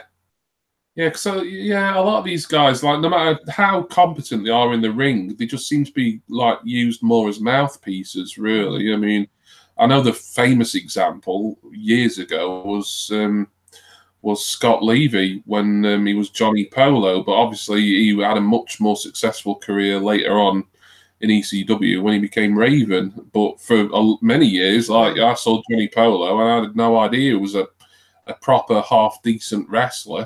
I just thought he was like the manager of, who was it, the Beckers, was it, or something? Can't remember. Yeah, he was definitely he was a commentator in WWF for a bit as well, I think, Johnny Polo. But yeah, so yeah, Leo Rush could interfere, and good call there from Rach. Jason, what do you think to the Intercontinental Championship? Okay, well, to be honest with Lashley, I think he's kind of stagnated. Yeah. They're just not doing anything major with him. He just comes on, he does his pose bit. Leo does all the jibber jabber. He has a match, end of story. You know, that's it. I mean, does anybody really care about the guy now? Not as much as he No, I was never a fan of him anyway. No. Which says to me again, Finn's always been much more over. I think people really want him to be a champ again. You know, and I mean, you know, top champ. Yeah. Now maybe this is the thing that he needs to. I know he had some heat with Vince or something or other, which is kind of whatever, you know. Yeah, I think Finn. Logic would dictate Finn is the choice to go. And like I said, if he brings out the Demon and he loses at the Demon, that would be pretty sucky. Yeah. You know. Yeah. So yeah. So 3 of you going for Finn Balor. Just looking at the chat, Craig says, "Hope everyone's day is going good." Yes, very well, thank you, Craig. Hope you're having a good day. Bobby's kind of like Brock, and Leo is like Heyman. Yeah, they're kind of like sort of like a D level kind of comedy equivalent. Yeah, we can't have Brock Lesnar on the show very often, but we can have this this funny sort of slightly homoerotic partnership between and Rush. That's kind of similar in a way, but I mean there is obviously similarities between Bobby Lashley and Brock Lesnar in the fact that like they've both had pretty successful MMA careers. I'd argue Lashley's has been successful, but on a sort of lower level. Yeah, I don't think Lashley ever made it to UFC, but in the mixed martial arts matches that he has had, I think he's got a fairly good win record. Yeah. This match, it's hard not to go against the grain here and say the Demon Finn Balor, really, because I mean he never seems to lose as the Demon, does he? That's the thing. Which makes you think, why didn't he wear it against Brock? Well, exactly. I mean, I remember. I don't know if we said it on the panel. If I said it to someone else after the fact, I was like, actually, if you need the Demon, you need it against the bloody Beast, don't you? Demon versus Beast. I mean, that stuff writes itself, doesn't it? You know, and they didn't go with it. But then again, if he'd come out in the Demon attire and he would have been squashed by Lesnar in it, that would have killed the character. Yeah. So you know, you have to. So yeah, you can sort of see why they didn't do it, even though it was a shame. But for this match, Lashley. I kind of find his partnership with Rush kind of amusing, but it's there's no kind of scope for main event stardom in it really. And Lashley, there again, he's a guy who I think now is in his early 40s, and he's back in WWE for like his second run. And I think he maybe he's overachieving in some ways. I'm not sure. He's not the most charismatic fella. I think he's improved on the mic. I think certainly when he was in TNA, he showed a bit more charisma than he did in his first WWE run. But like I say, I wish I could care more about this match than I do. I'm going to go with a consensus here. I'm going to say that we're going to see a new Intercontinental Champion, and it's going to be Finn Balor. So there we are. And thank you for agreeing with Vicky there in the chat. Obviously didn't wear against Brock because he planned to lose. And exactly. Yeah, that was it. Yeah, as much as it didn't make sense for him not to be the Demon against the Beast, you can see why. It was actually WWE protecting a character in a way. Yeah. It was. Yeah. But okay, so that was the Intercontinental title match. I know we've still got plenty more matches to get through. So, Rach, what have you got for us next? The next one I've got is Kurt Angle versus Baron Corbin. Yeah, good. I was hoping we'd get this one out of. Well, no. To be honest, I don't care about this match. Yeah, well, if it was anyone except Corbin, I think this would be quite a big, high-profile match. But because it's got Baron Corbin in it, who just bores me to tears. It's just as Angle's swan song. It's just a damp squib, isn't it? Let's be honest. It's there's still a theory that Corbin's going to get taken out of the match and is going to be replaced by possibly John Cena or maybe someone else who's maybe in the Battle Royal or whatever. But I don't know. I think it could happen. Anything could happen, really. It's WrestleMania. Plans obviously change at the last minute, but by the look of it, it is going to be Angle versus Corbin. Vicky, it's Kurt Angle's final match, apparently, until the Saudis come with a load of money anyway. Exactly, that's right. Until they show him the cash. As I like Kurt Angle, I just thought that, the "You Suck," I absolutely loved it. I thought it was hilarious, with that. But Baron Corbin, I don't know. I think he should lose. This is just my theory. This is not my pick yet. But I think Baron Corbin should lose, and be knocked off his pedestal. I really do think he should. And it would be great to see Kurt Angle win because, it would be a great, going out retirement type thing for Kurt. So, even so, I'm thinking because I don't know, it's so hard to say, and I think Kurt's gonna win. That I'm gonna pick Kurt for the win, just because it's retirement and everything else for him, and I think he should win. But yeah, I kind of have a feeling that Baron's gonna somehow cheat and get it. Oh, so are you picking Baron Corbin for? Yeah. For this one? Okay. Sorry, I'm confused now. Sorry, who did you want to win? Baron, okay. But, yeah. Vicky's pick. I don't know if she wants him to win, but Vicky's pick is Baron Corbin. Yeah. There's an interesting theory in the chat from Mr. Jam. He thinks Kurt's going to tap to Baron Corbin in record time, and then Cena will come out with his old school attire, cut a Ruthless Aggression promo, and then they're going to have what will be Kurt's ultimate final match. So it could happen. I mean, I'm expecting to see Cena in some guys. That's guys as in, not seen Cena in some guys. Sounds like some sort of dodgy porno. Yeah. I thought I'd mansplain that, but mansplain again, yeah. I'm like coming out my mouth then, so I thought I better explain that. Do you want to mansplain what? I said, do you want to mansplain what mansplain means? Well, I'll let you do that, Jason. That's your. Sorry, carry on. Yeah, that's interesting, and I wouldn't say dead likely, but it's a potential happening. That Mr. Jam certainly. John Cena in some young guy.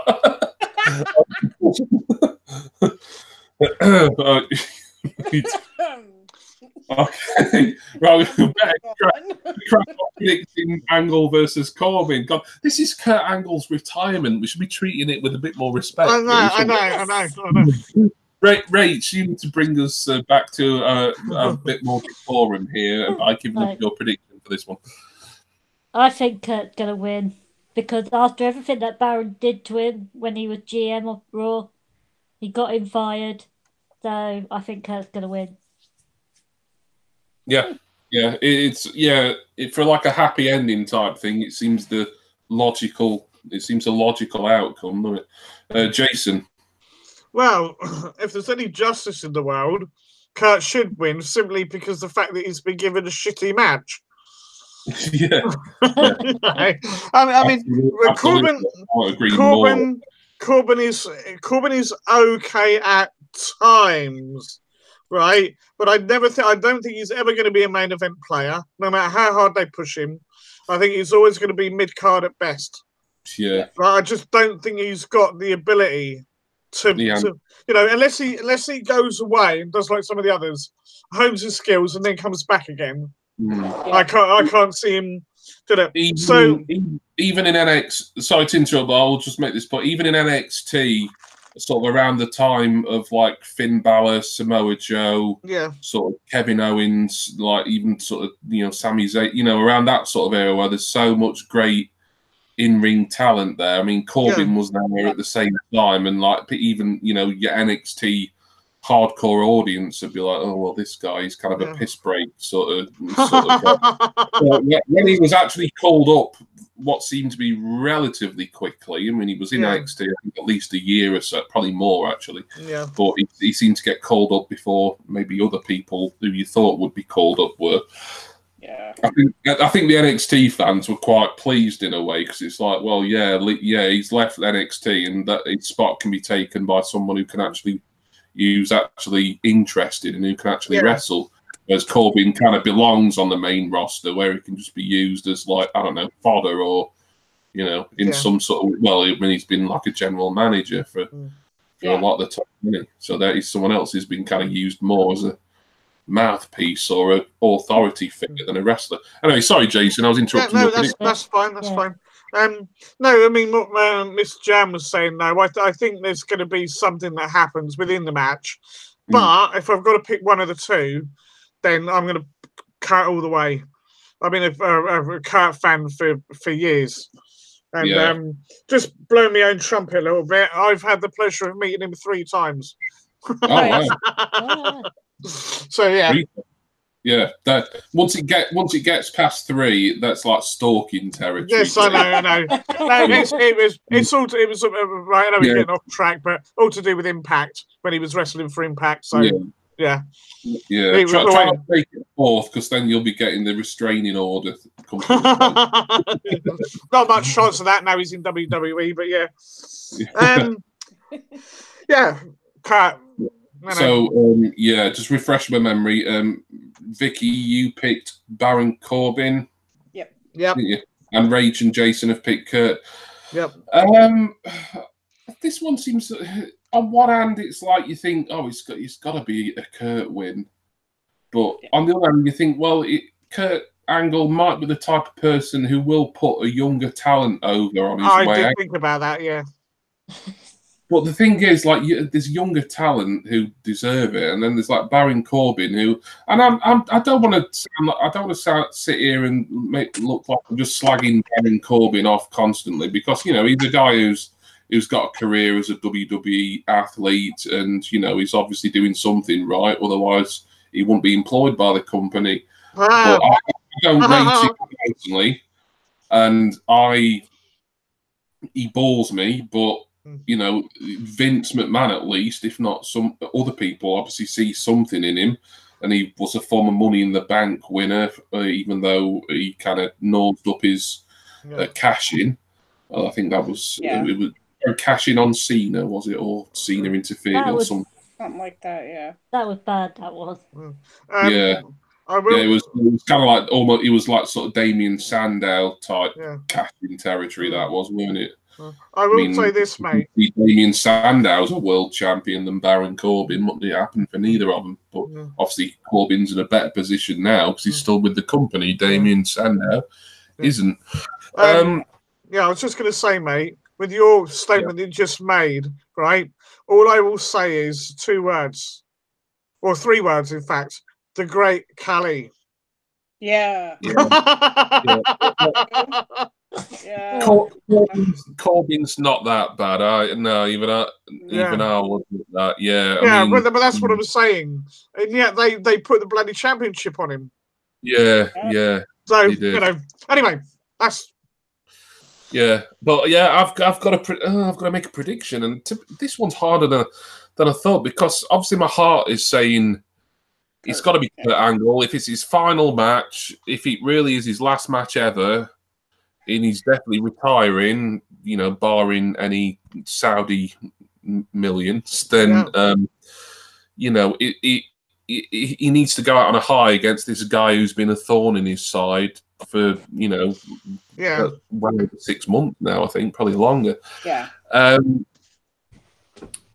But part of me is still saying he's gonna put someone over. Now that's why I'm kind of warming more and more towards Mr. Jam's theory, where he'll tap Corbin in like seconds. It'll be like a sub Daniel Bryan versus Sheamus thing. He'll like win in like 8 or something, and then like someone like John Cena or even potentially the Undertaker will come out and he'll have his true final match with one of them. But let's face it, he doesn't need to pass the torch to Cena or the Undertaker. Let's be honest. No. But obviously that would be a much more befitting final match for him against someone like Cena, win or lose.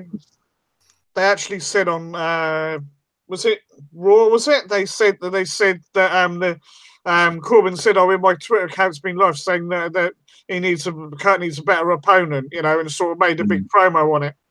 Yeah. So they've acknowledged it. Didn't Kurt Angle's wife send a tweet like when Baron Corbin was announced, and she was like sort of slagging it off, like, "Oh, is that his opponent?" She might well have done. She might well have done something like that. Yeah.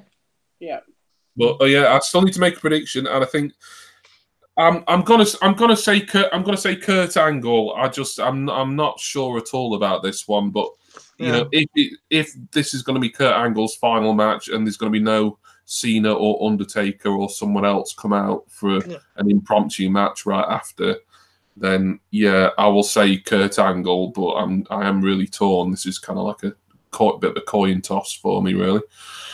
But there we are. So Angle versus Corbin. What dreams are made of? I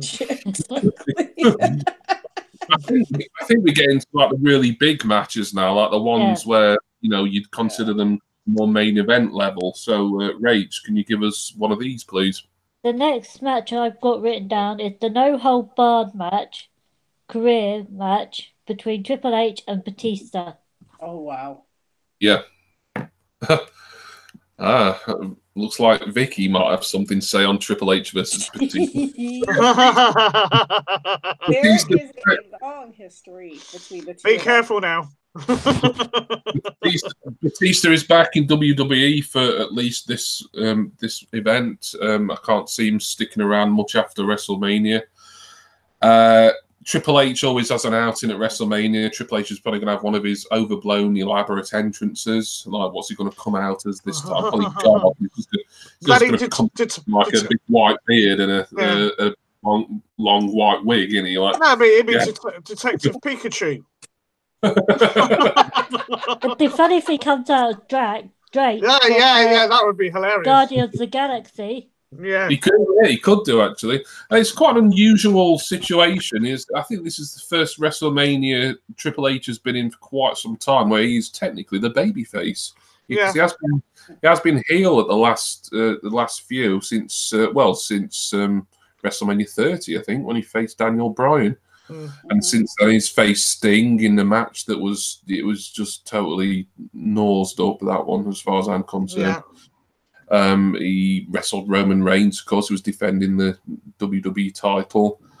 Seth Rollins, was that last year he faced Seth Rollins, or was that year before? Year no, it was before, year before. Yeah. Oh, last year, because obviously last year it was him and Stephanie versus Kurt and Ronda, weren't it? Of course. Yeah.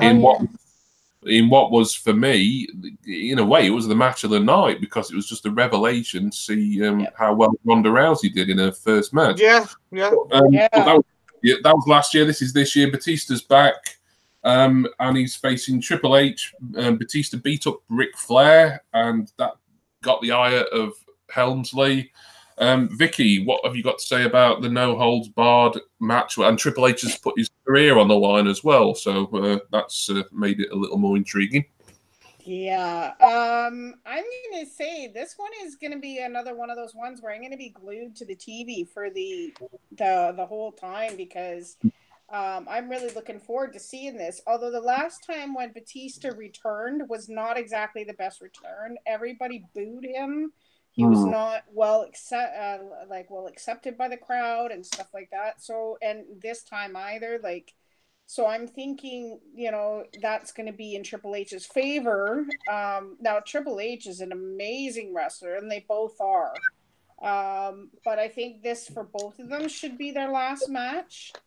As far as my prediction, I'm going to have to say Triple H, just because of his track record, and he's got the whole don't play, the game thing type thing going for him. But I really think that Batista is going to give him a run for his money, though. So I'm going to say Triple H.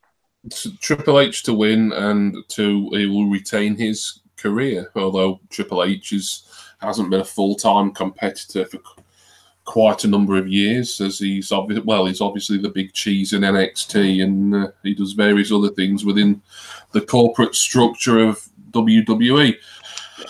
Rate Triple H versus Batista, no holds barred. What's your prediction for this one? Well, I remember when Batista did come back, and I remember the matches they had against the Shield, because I remember that spot when Seth jumped from the balcony onto Triple H and Randy Orton, which led to Roman spearing and pinning Batista. So I think Batista might want to get a bit of revenge back from that, because he was promised a match, a WWE Championship match against Randy, and it ended up being a triple threat match with Bryan, Randy, and Batista.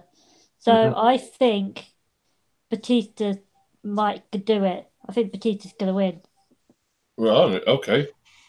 So so far we're split prediction wise. So I'll be interested to find out what Jason has to say about this match. Well, it's a no holds bar match, isn't it? Yeah. Now, what's happening this year in the Hall of Fame? DX. Yes, DX. For DX are getting inducted. They will obviously be at WrestleMania because they do the walkout bit. Yeah.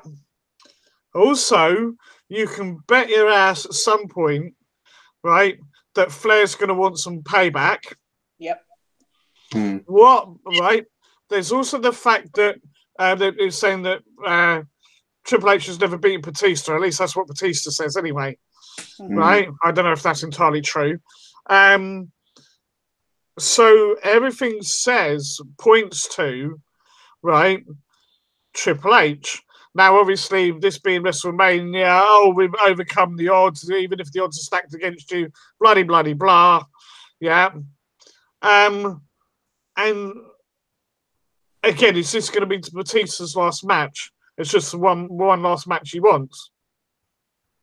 If that's the case, why would they do over Triple H and have Triple H lose his career?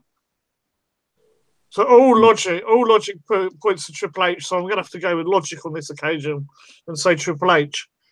I think there's going to be a big hoo-ha. There's going to be a bit of a, back and forth and shenanigans. We're talking about the dirty, all to defending the dirtiest player in the game as well. Don't forget. Yeah. Do you think the Sledgehammer is going to be involved? Triple H. Almost certainly. Yeah. So there we go. Well, just looking at the chat, Mr. Jam says Triple H to win. Batista always said he wanted his last match to be Triple H at Mania. So Mr. Jam thinks this could be Batista's WWE swan song. I mean, Batista, he kind of started out fairly late in life, didn't he? Yeah. Really? I think he was into his mid or even late 30s before he even reached sort of the main WWE roster in 2002 or whenever it was. And that was, God, 16 years ago. So, God, is Batista about 50 now? Looks good on it. Must be. Yeah, Lucky. Obviously, Batista, and another good point Mr. Jam makes, Batista is the reason for no celebrities. Maybe they think he's a big enough mainstream pull. Yeah. How many Batista films? I think I've only seen one Batista film, and quite predictably, given I'm a big 007 fan, it was the James Bond film he was in. I'm not a Guardians of the Galaxy guy. I'm not a Marvel guy at all, but I do know how popular those films are. So that if you're going to be in one of those as a fairly big character, then that's going to do wonders for your acting career, innit? So in that respect, yeah, Batista is a big Hollywood name to a large extent. So it's probably quite a good coup that they've got him for this WrestleMania. I think that with this one, yeah, they're saying Triple H has never defeated Batista, and like Jason, I'm trying to wrap my brains thinking, is that legitimately true? I know Batista did beat him on like 3 consecutive pay-per-views back in 2005, but I'm trying to think if they had any like TV matches where Triple H might have gone over. It's possibly like tag matches or something. I don't know, but I just get the feeling knowing kind of Triple H is kind of, although I don't think he's as bad as he used to be, he's kind of that mindset, I need to have a certain amount in the win column, really. Sure, yeah. That I can sort of prove to people that I am the greatest. I need to win X number of matches that I'm in. Yeah. That's the main reason that I'm leaning towards Triple H for this one. I can see Batista winning it without it being a controversial decision, but I just think because Triple H is the babyface, because Triple H will want to win at WrestleMania, because he don't get many wins at WrestleMania. If you think about it, Triple H, you have to. Maybe that's what he's referring to.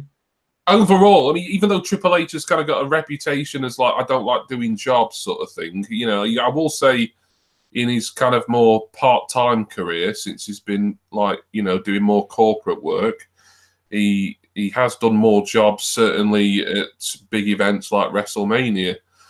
But so yeah, I'm going to say Triple H for this one. I'll be interested in, like Vicky, I'm going to be quite, I'm quite looking forward to this match. Probably more than a lot of the other ones on the card, even though some of the other ones may end up being better matches. This is one that I'm very intrigued by, and I'm looking forward to it. And later, like Mr. Jam says, no way is Triple H never wrestling again. Yeah, he's put his career on the. I mean, and not that really means anything in this age, but yeah. So yeah, I'm gonna go with the majority here. I know. Who was it who picked Batista? Was it I did. Rage. No, it was Rage who picked Batista. Okay, fair enough. Yeah. I'm going to say Triple H to win the no-holds-barred match and send Batista back to Hollywood. So next match, please, Rachel. Well, the next match I've got written down is the WWE Championship match between Daniel Bryan versus Kofi Kingston. All right, here we go. Kofi Mania. Wild. Yeah. Well, yeah. It took a while to get here, but it did. I mean, we knew it was being spun out each week on SmackDown, but it was gonna happen. I don't think there was any worry that bubble. I have heard like 1 or 2 weird theories regarding the ending of this match, but I'll touch on them later when I make my prediction. Okay. But that for what it is, the match announced, yeah. Good, yeah, ideal match considering what happened at Elimination Chamber. I think ever since we saw that great performance by Kofi in the Elimination Chamber, we knew he was the guy who should be facing Daniel Bryan. at WrestleMania. You know, I said it at the time. I said I hope that happens, and it is happening. It's a little bit ironic in a way that Kofi Kingston was originally a substitute for Ali in that Elimination Chamber match. Makes you wonder if they were going to go all the way with Ali, and if he'd not been injured at that time, whether he'd be in sort of this Kofi spot now. I don't know. I'm not sure he would be, but then I think, well, who else would Daniel Bryan have faced at WrestleMania? But I think it's too early for Ali. But Kofi Kingston, he's been around wrestling and WWE for well over a decade now, probably about 12, 13 years. 11 years, they said. 11 years, and he was over 10. Yeah, I'm very excited for this match. Very intrigued to see what the outcome will be. Vicky, your predictions first, please. Okay. No, just this is the match that I want to care about because I want to see Daniel Bryan dethroned. I do love Daniel Bryan as a wrestler, and I'm glad he's back and everything else. He's almost like a white Rey Mysterio. You know, he's short, he's tough, he's quick. You know what I mean? Yeah. But Kingston, I have seen this guy denied thousands of times. He has done so many awesome moves in Royal Rumbles where he's walked on his hands back to the ring, jumped from chair to ring, and he's done amazing things as a technical wrestler and everything else. And I agree with you, his performance at the Elimination Chamber, he should have won that. It was awesome. He did so good. Yeah, he did so well. So I'm going to predict Kofi for this one because I really want to see him win a title. You know, he deserves it. He's worked hard for it. And as a singles competitor, he's absolutely amazing. And I think it's about time Kofi held a title. Yeah. Some absolutely valid and excellent points there from Vicky. Rach, it's the WWE title match. Kofi challenging Daniel Bryan. What do you think about that then? Well, I'm with Vicky on this one. I totally agree with everything that she just said. It was amazing. Kofi did amazing in the gauntlet match that he was in. Yeah, true. And then he did amazing in the Elimination Chamber. So I'm going to go with Kofi. Yeah, it seems the right outcome for WrestleMania, doesn't it? Just, I know it's on, especially on such a stacked card, 16 matches. Not everyone who wins can be the baby face. I realise that, but for a lot of these big matches, it needs to be the right outcome. But I'll talk a bit more about that in a minute. Jason, Daniel Bryan, Kofi Kingston. What's in you? This is so difficult to call. I know who I want to win, obviously, but okay. How long has DB been champion for since he? He won it in. It was something like the week before Survivor Series, so it's been since November. So it's been a while. Long. No, I wouldn't say long, but longish. Yeah. So it's not like it's if he does drop it, it's not going to be like, oh, that didn't last very long or anything like that. It's he's had a fair crack at it. I think out of all the world titles Daniel Bryan's won over the years, I think in WWE, I think this has been his longest reign. I think, I'm pretty certain of that. Everything points to Kofi. It does, and I think I probably will go for him. But I can't kind of wonder whether this is. I'm trying to think how Vince thinks, right? And whether Vince genuinely believes whether any drugs to help you with that. Well, yeah.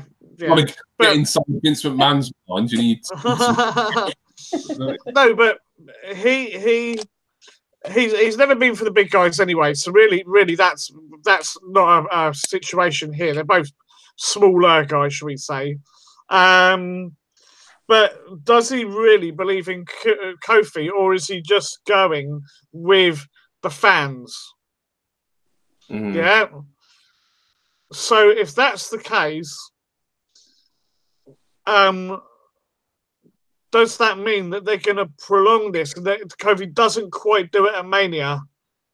And it goes on and he does it later. You know, is he, you know, does Vince consider Kofi worthy of winning at WrestleMania? He should. Yeah, well, we know he should.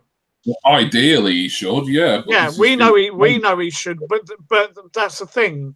You know what Vince is like. If you've been watching WWE as long as us lot have, right? There's things that happen that you don't think would have ever happened, but because then you think, oh well, Vince is the one making the decisions. You think, oh yeah, that makes sense. But be that as it may, I'm going to go with Kofi because I'm going to go with my heart on this one. I think he's deserving. He's done everything that's ever been asked of him. I think it's about damn time. Yep. Yeah. Just before I make my prediction, just looking at the chat, Mr. Jam says it was meant to be Bryan versus Owens at WrestleMania before the Kofi situation changed the plans. Yeah, well, that's why they switched it. That would have probably been the most likely WrestleMania match, but I mean, that would, as a WrestleMania match, that wouldn't have excited me. I mean, as a Fastlane match, it wasn't really pitching a tent for me, and then they put Ali in it, which made it a little bit more interesting. But even then, it was obvious Bryan was going to retain. Jenny Aponte says, I'm over Daniel. Yeah, I mean, in a way, it's a testament to, it's probably how Daniel Bryan works on his own character, I think, that someone who 5 years ago, I mean, everyone remembers that when Daniel Bryan finally did it, he won the main event of WrestleMania 30, and it was just, you know, it was like a magical scene. It kind of had, it was reminiscent of when Chris Benoit won at WrestleMania 20. Can't say that, man. Yeah. Well, yeah, we don't work with WWE, so we'll have to say Benoit. But yeah, I mean that's something else. Like we could do a whole panel giving our thoughts on the Chris Benoit situation, and that was well over a decade ago. And I could still talk about it, but anyway, yeah. But it's good. But like for someone who's such a really beloved babyface character as Daniel Bryan was, to now finally be established as this really sort of detested heel, it's to his credit, really, that he can made it work. Yeah, and I think a lot of it was helped by the fact that Daniel Bryan's first 6, 7, 8 months of his comeback since last year's WrestleMania was kind of humdrum, and it wasn't, you know, there was nothing really exciting going on until he actually won the title. I think that may have helped a little bit. It's like, oh, his comeback's been a little bit of a damp squib because he was like being put in matches with like Big Cass, and he had that thing with the Miz that should have been a lot better than it was. Yeah, that was a missed opportunity for me, really. Can I just say one thing, Jimmy, before you?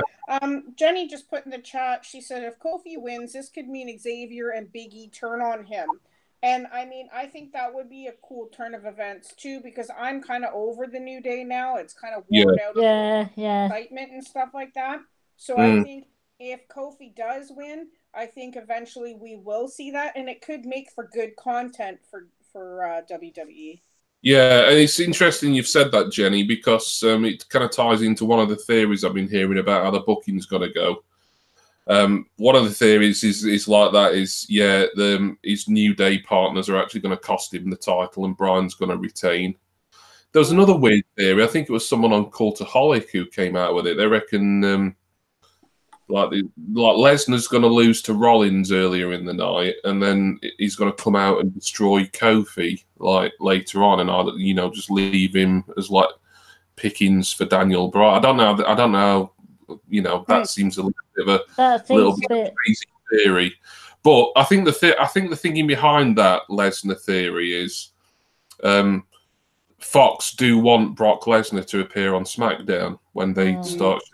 They do want the big names. In fact, I mean, this has got a little bit off topic, but there's also been rumors that they're ending the brand split fairly soon because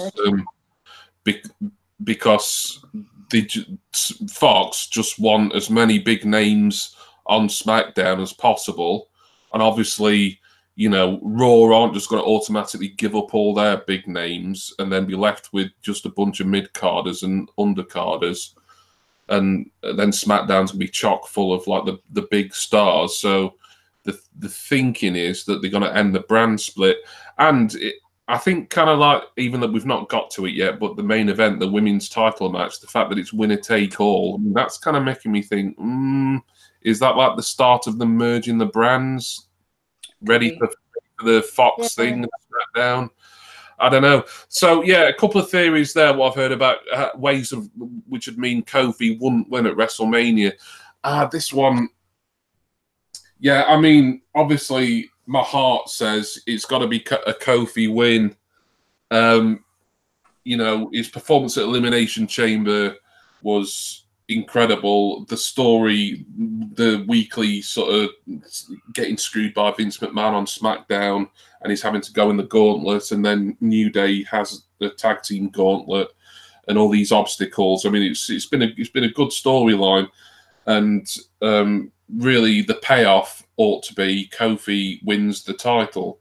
You know, no one's saying that Kofi necessarily has to have a long run with the championship. I mean, he deserves it. The thing about the WWE Championship is it's kind of, you know, since the brand split, I mean, it's not really got the prestige that had once upon a time anymore. I mean, you know, there's been, what was the last, I think, was it Fastlane? Was it? Well, that was like the first, or no, it might have been Elimination Chamber. That was the first time in years that the WWE Championship had actually been the main event of a pay-per-view. And it's crazy to think about it.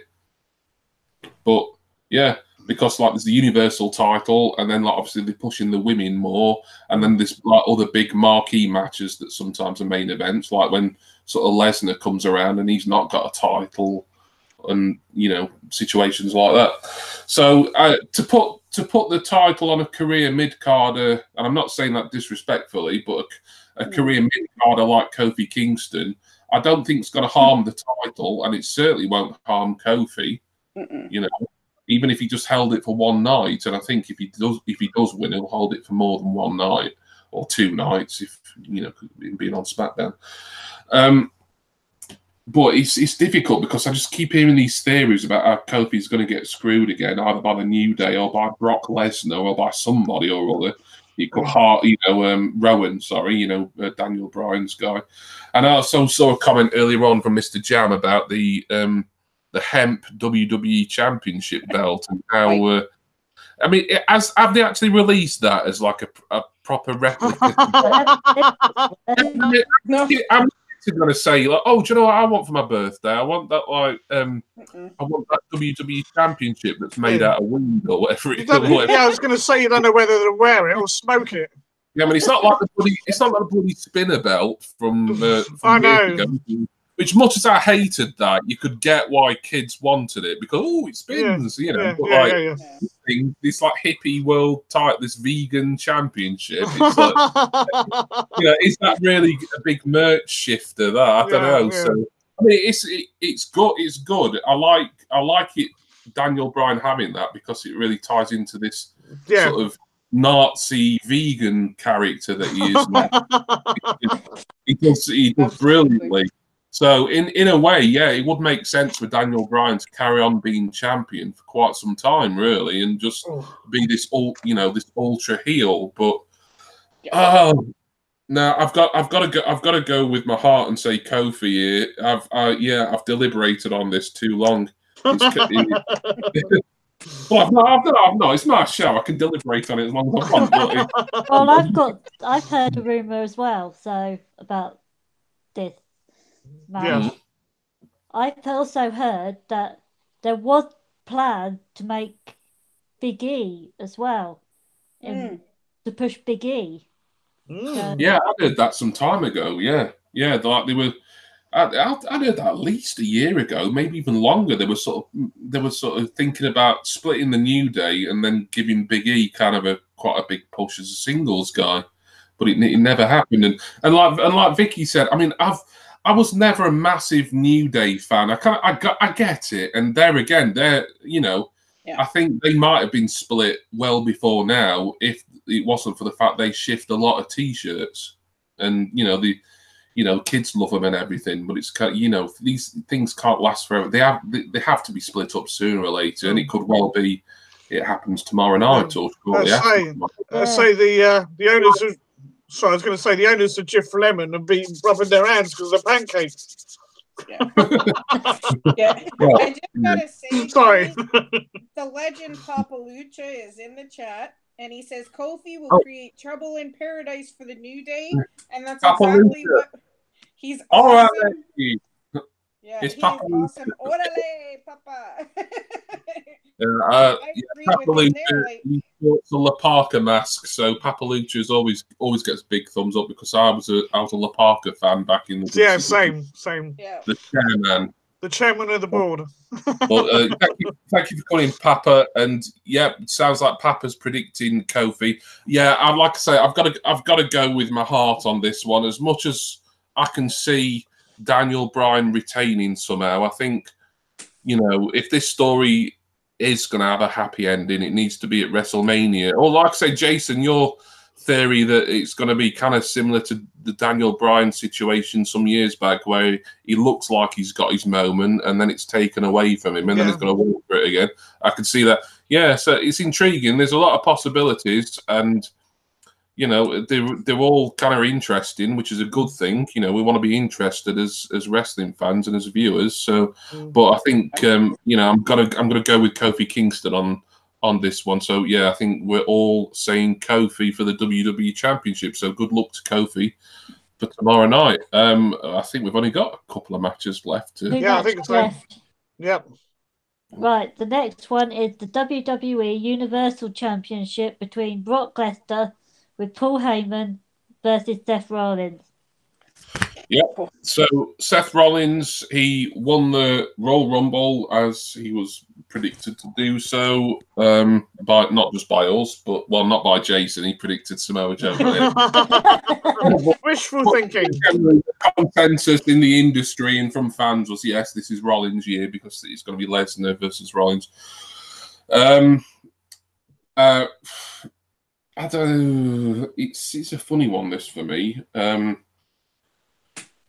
Lesnar, I do like Lesnar. I've never not been a Lesnar fan back from the old Next Big Thing days, and then when he came back, and even it was him who really got me into like watching UFC sometimes. I wouldn't say I'm a big UFC fan, but I've seen a few pay-per-views, and it was kind of knowing Brock Lesnar was around at that point that got me into watching some mixed martial arts. So I'm not going to sit here and criticize Brock Lesnar, but it's the Universal title. It needs a guy who's actually going to be there every week. And I don't want to sound like everyone else now and say, oh, Brock Lesnar's a part-timer. Brock Lesnar is money, and Brock Lesnar is one of those sort of big attractions where, he just have him at WrestleMania, then he can piss off till SummerSlam or whenever, then piss off till Survivor Series. But should that guy, that sort of special attraction, also be the Raw World Champion? I don't think he should be. But anyway, Vicky, Universal Championship match. What do you think to that? All right. See, I'm like you in that way. I think Brock Lesnar, if he was going to be a Universal Champion, however, has been long enough for him. I think it should change hands, and I would really love to see Seth get it back. And I do agree with the fact that if you're going to be a part-time wrestler, and I don't mean like part-time in the way that everybody's like, oh, he's only this, that, and the other thing. He does show up quite often, not just to wrestle, but he does show up to promote himself. However, I do think that as a champion, it should be defended more frequently. And he's not doing that. He shows up once every major pay-per-view. So every 2 or 3 pay-per-views he shows up. And in that kind of sense, I mean, he's a great wrestler. He's a great MMA fighter. I just think he needs to be there more. And yeah, I think it would be more of a draw for the crowds if he was actually there more. And I think that's where a lot of people have lost interest in him. Just because of that simple fact that he's not there enough to promote that title. On the other hand, too, Seth is a great wrestler. I think he's going to take this. So my prediction is Seth, just also knowing that he has held it before. But I think that it needs to change hands in that sense because Brock's held it long enough. Yeah. You know, but it also needs to be defended more in that sense. Like, if he's going to keep the title, he's got to be there more and he's got to defend it on a constant basis instead of like.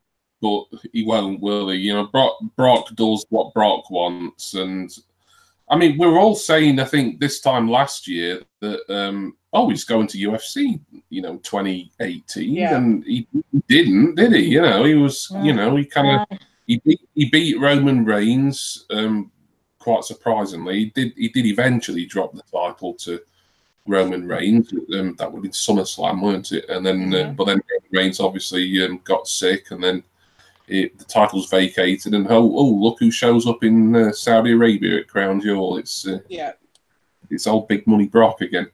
But yeah, so sorry, Vicky, did you make a prediction there? I was Seth. Yeah, she said Seth. Yeah, I like that.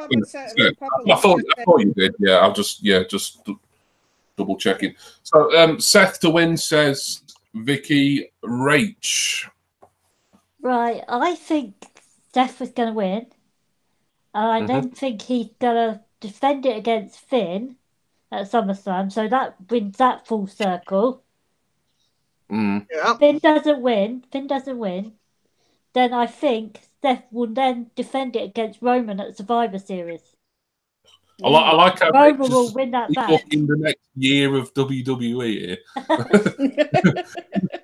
On the direct line with Vince McMahon. I'm only a fan from England, but this is what you should be doing. Why not? You can make a good enough job of it, Rach. Like, some of the booking that we've had over the years has been awful. So, give someone else a try. Well, why not? But so Rach says Rollins as well. Sorry, Rach, go on if you've got anything else to say. No, fine. Okay. Lucha says Seth Rollins is the new Heyman guy. No, I don't think Rollins need a mouthpiece like that. No, not really. Does well on his own. No, he's kind of been down that. Brock misses the Saudi money. I mean, Brock Lesnar, pay him a fortune to show up at like your greatest Royal Rumble or Crown Jewel, but he doesn't have to have that championship. That's the Universal title. It's such a not new, but a title that's in its infancy. Yeah.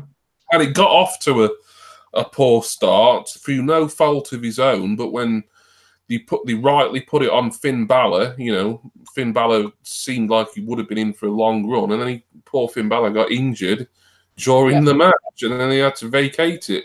As far as bad luck goes, that's right up there, really. Yeah, Jason. Your thoughts on Brock versus Seth? Okay. I'll flat out say it. Okay.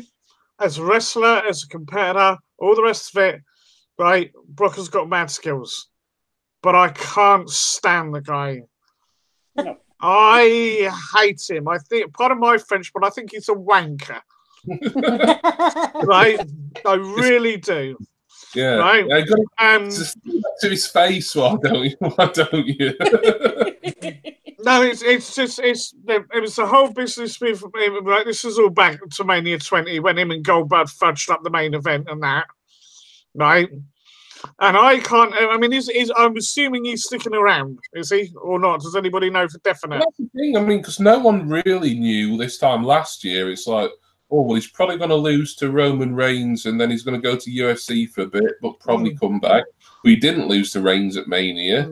And then he did lose at SummerSlam, but by then it was like, well, he's not going to be fighting for the UFC this year.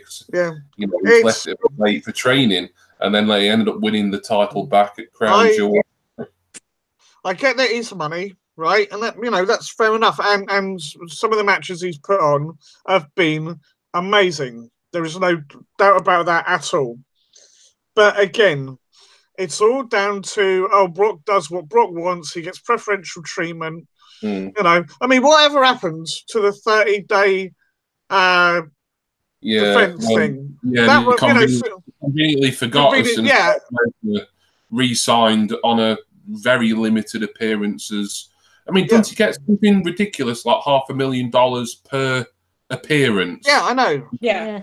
I'm not about per match. It's like if he is booked for Raw, that means so you can sort of even have to do anything. Doesn't necessarily want him to be on every Raw either, because it's like it's going to cost him $500,000 each time. Oh, Brock, can you come in next Monday? Well, yeah, I'm down to my last 50 million. Yeah, I'll come in. Yeah. I can use another 30 grand, thanks. Yeah. No, but it's the whole way that it's been done, and like you said, with the title, if the Universal title is going to be taken legitimately as a title, it needs to be defended. Yeah, it needs to be. Because let's be honest. Was it the Intercontinental Champion that was really the main title now on Raw? Yeah, the Intercontinental title had main evented a few pay-per-views. Exactly. At least a couple. I remember it was Rollins versus Ambrose. That was the main event of pay-per-view, and that was for the IC title. I think there was another one as well around that point as well.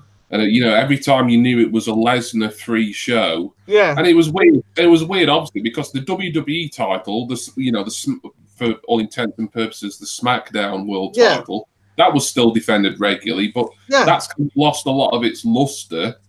That I think it's slowly getting back from this good reign that Daniel Bryan's having. But that, it's like the Intercontinental title was even kind of being pushed better than the WWE title. Well, exactly. Historically seems mad. And I'm a big IC title fan. Same with the US title. I love the fact that I love the lineage of the IC belt, and it used to be like the workhorse championship as well. You used to get guys like Bret Hart and Mr. Perfect wearing it. And it was the next thing, wasn't it? It was like you got that before you started getting your big push towards the main event. When I was like an 11, 12-year-old kid, I always used to look for when we were buying the Coliseum videos, SummerSlam '91 and WrestleMania 8 and all those lot, and I always used to look forward to the Intercontinental title match on the pay-per-view more than the title match, because the world title match was invariably someone like Hulk Hogan, who everyone was fed up with by that point. Whereas the IC title, you were getting people like Bret Hart, Mr. Perfect, Shawn Michaels, Roddy Piper, even briefly, more interesting characters and more better wrestlers certainly in the case of Kurt Hennig and Bret Hart. But But anyway, so obviously I got a beef with Brock. But aside from all that, I think it's Seth's time. I think it's the right time to put it on somebody else, and it wouldn't have mattered to me who it was at Mania. Really, I think it was just the time for a total change. You can book Brock for sporadic appearances. He doesn't have to have the title to do that. Right? He doesn't need the title. Where people will go and see Brock to see Brock, not because he's the champ. Yeah. Right? They could stick Brock in a Royal Rumble. Have they ever done that? Yeah. No. No, not to my knowledge. I think he was in. Was he in that one the same year Goldberg was in it, which would have been. Might have been. I don't know. Since his return in 2012, I think he's only been in one Rumble sort of throughout all this time. But I'm pretty sure he's been in one, maybe two. But I think one is more likely. Yeah.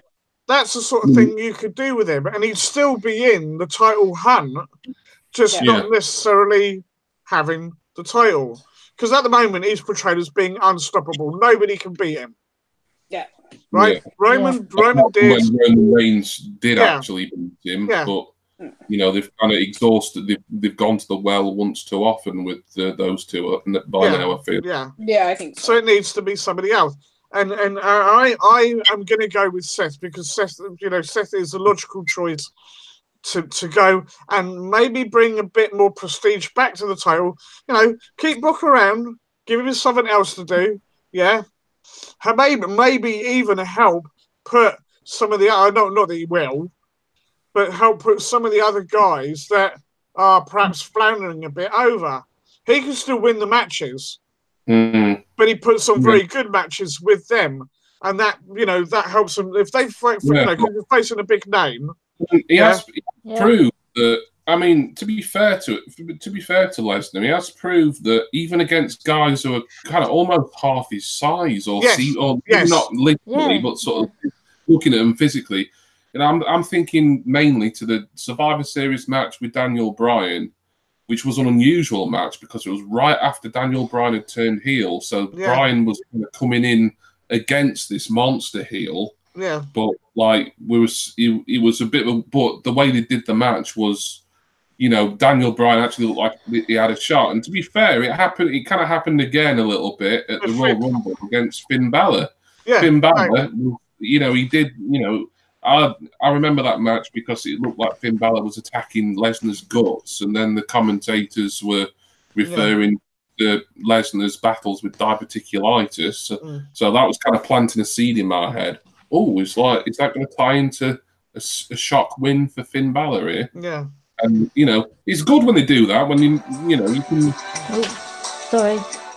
Well, okay. Well, anyway, I'm going to go for Seth, right? And I think what we'll see happen is because Brock does his sporadic appearances, Seth will win. Brock will go off. He's in a half. Maybe even play on the stomach issue. So make out like he's injured. Yeah. And then he comes back later for his revenge and cuts a swathe of destruction through the Raw roster. So anyway, Seth. Seth, that's who I'm going with. Yeah. I waffled on long enough for that. Everyone Seth so far. I'm just having a look at some of the Brock's matches have become stale now. 20 suplexes and F5. Yeah, they kind of samey. For me, it kind of works because Brock Lesnar's matches, they feel. For me, it's more like a fight, really. It's kind of I know it's a wrestling match, it's sports entertainment, and it's worked, but there's kind of like that sort of slight shoot element to Lesnar's matches. If you watch UFC, a lot of UFC matches are kind of if you're watching it from the point of being a wrestling fan, where you like flipping shit and all the rest of it, like a lot of UFC matches can seem really dull, but if you're a proper UFC nut, your chances are you're witnessing something great.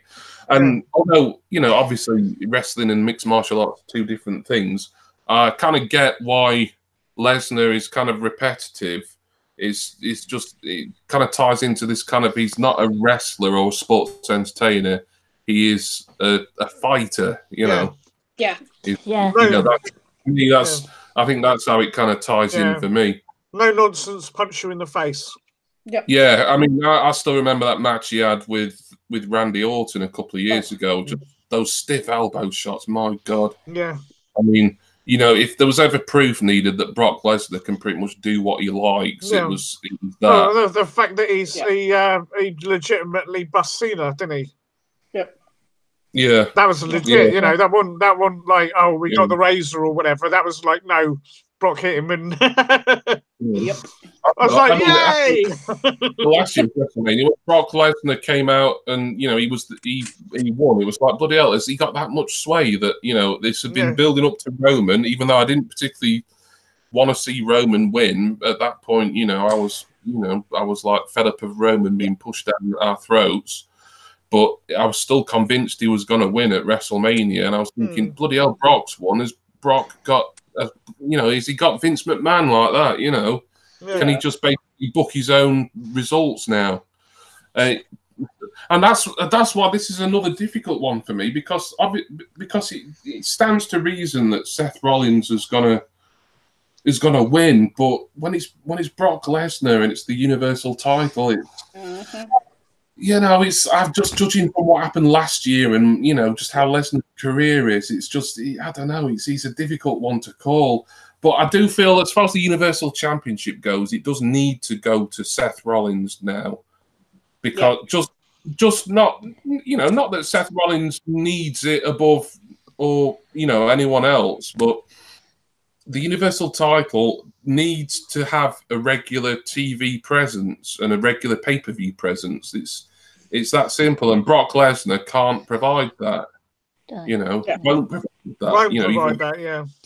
No. Yeah. It's so.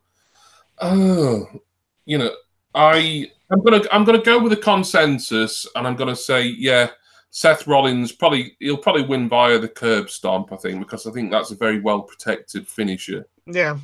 So I don't think anyone's ever kicked out at that, have they? Yeah. This could be the one, though. Well, yeah. I mean, I'm not saying it could be more than one curb stomp. But if Rollins is going to win, he needs to be pulling those sort of tricks out, really. So I will say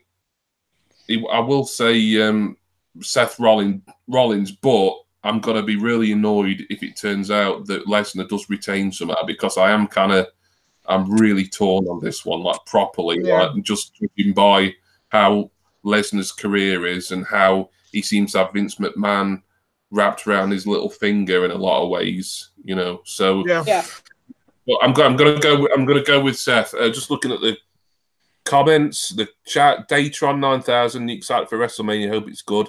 Seth's gonna win, no doubt. Thank you for coming in, Datron 9000. Nice to see you in the chat. Thank you to everyone else who's been in the chat tonight as well. I do appreciate it. We are getting towards the end of this panel, because this is the last match. So that Crush Doink the Clown rematch, finally. It had to happen. Well, I said the other day about Doink the Clown. Yeah. It is. Double entendre, probably a more British double entendre, but I mean, the history dictates that you should read out the final match, even though we know what it is. But please tell us what the main event. Triple threat WWE Raw Women's Championship match, but it's a winner takes all. Yep. So it's for actually the Raw and SmackDown Women's Championships. Yep. Both titles on the line. It is, of course, a triple threat match. It's going to be the first women's main event in WrestleMania history. It's Becky Lynch, who has no title to defend, against SmackDown champion Charlotte Flair and Raw champion, is she still leaving, Ronda Rousey. Lot to pick over here, really, and lot to discuss. I, for one, am really happy that this match is going to be the main event. There's three really strong workers in there. Becky Lynch is a super over baby face. Ronda Rousey, she's had a phenomenal rookie year, and probably turning heel has probably been the right thing coming into WrestleMania. Charlotte Flair also, I think, works best as a heel. Rachel, the women's title match, the main event, winner takes all. Are you excited for this one? And if not, why not? I'm excited for this one because, like you said, Becky's super over, and I'm quite a huge fan of Becky. I was a bit confused why they put the belt back on Charlotte, but now I know the reason why. Ronda, I liked her when she first came into the business, but since what I've been hearing about her and reading about her, I'm not so fond of her. I think it's going to be a good match. I don't see any outside interference. I think hopefully she does win, but I think Becky's going to do it. You think Becky's going to take both championships? Fair enough. I think pretty much the whole of the wrestling watching population worldwide would agree with you on that, unless Vicky has got anything to say on the contrary. Vicky. I've always got something to say. No.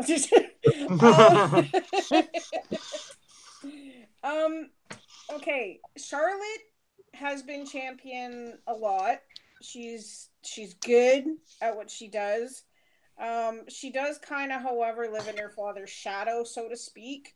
So I can see where they're trying to push her, but I think they pushed her too much.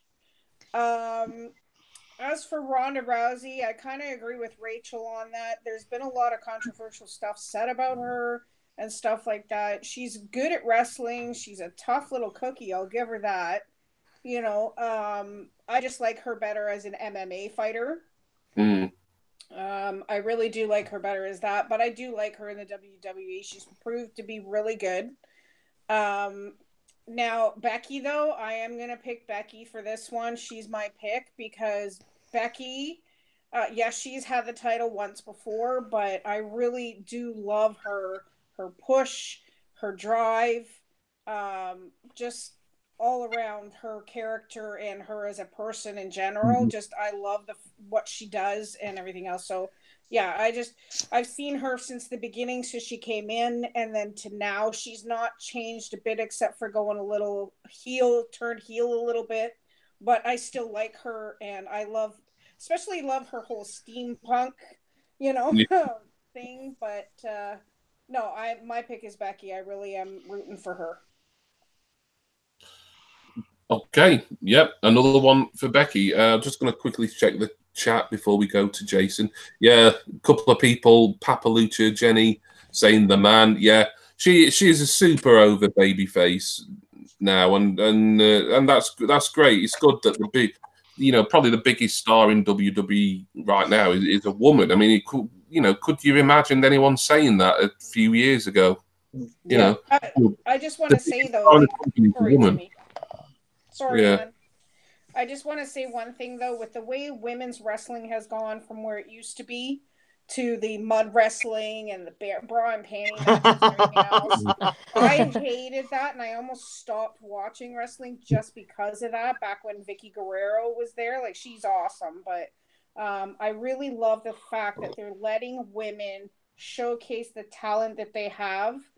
And I'm almost more interested in watching the women than I am the men these days. So sorry, I didn't mean to interrupt you. I just no, that's fine. It's fun. No, it's a great point. That I'm the same in a lot of ways. A lot of the women's stuff, especially on the main roster. I mean, at NXT, like, you get good women's stuff, but you get good men's stuff as well. So you get the best of both worlds, but. Weirdly, on the main rosters, it's like a lot of the men's stuff is like it's difficult to care about. But certainly this match, I mean, like, it's a shame about Asuka and kind of the mess they've made there, but so they're not doing everything right. But then I'll get on to my sort of talking more about maybe possibly unifying the titles after Jason's made his prediction. Just before I go to you, Jason, I'm just going to have a quick look at the chat. Becky has to win, just has to, but you can see Vince wanting Charlotte to be the winner. Well, Vince is high up on Charlotte, isn't he? Then there'll be a riot. You still think they're going to have I was going to say that, the titles. Yeah, probably, even though Charlotte's going to be kind of there sort of without a championship. Becky might let her hold half of it with her also, so I could see that happening. So Jason, it's the first women's main event in history, and I'm sorry, it's not going to be a bra and panties mud pit match. Thank God for that. I know you've been saying to me all year, you're saying, look, if they're gonna do a WrestleMania main event with the women, it's got to be bra and panties, it's got to be in the mud pit. And I said, look, Jason, you're just wishing for too much there. I'm glad those days are over, to be quite frank. Yeah, I think we all are. I mean, all right, for the Attitude Era and all the rest of it, it kind of fitted. right? And it was what it was, right? And it's eye candy. But the problem is when a lot of this eye candy, right, had legit skills and they weren't being utilised right. Yeah. You know? That's what bugged me about the whole thing. I just hope that when Lacey Von Erich finally does wrestle, right, we actually find out that she's actually pretty good. Yep. But that's a side topic, right? Well, yeah, suddenly dropping Lacey Von Erich in. No, I mean, it's interesting you bring her up. I mean, she's someone I've not... I remember being around a few years ago in kind of TNA and maybe one or two other smaller promotions, but she had a bit of a reputation as being kind of poor, didn't she? I don't know if she ever did anything much. This is the last match, so yeah. I'm sure Lacey Von Erich, people used to criticise her, saying she weren't very good. I think she's gotten better over time, though. Well, Lacey Von Erich, that's got to say something, because Lacey Von Erich wasn't exactly brilliant. Is she the one who dressed up as some sort of had a bad wedding angle or something? No. Who was that? I mean, she's never been in WWE unless she was in developmental very briefly, and it was like a blatantly miss it sort of thing.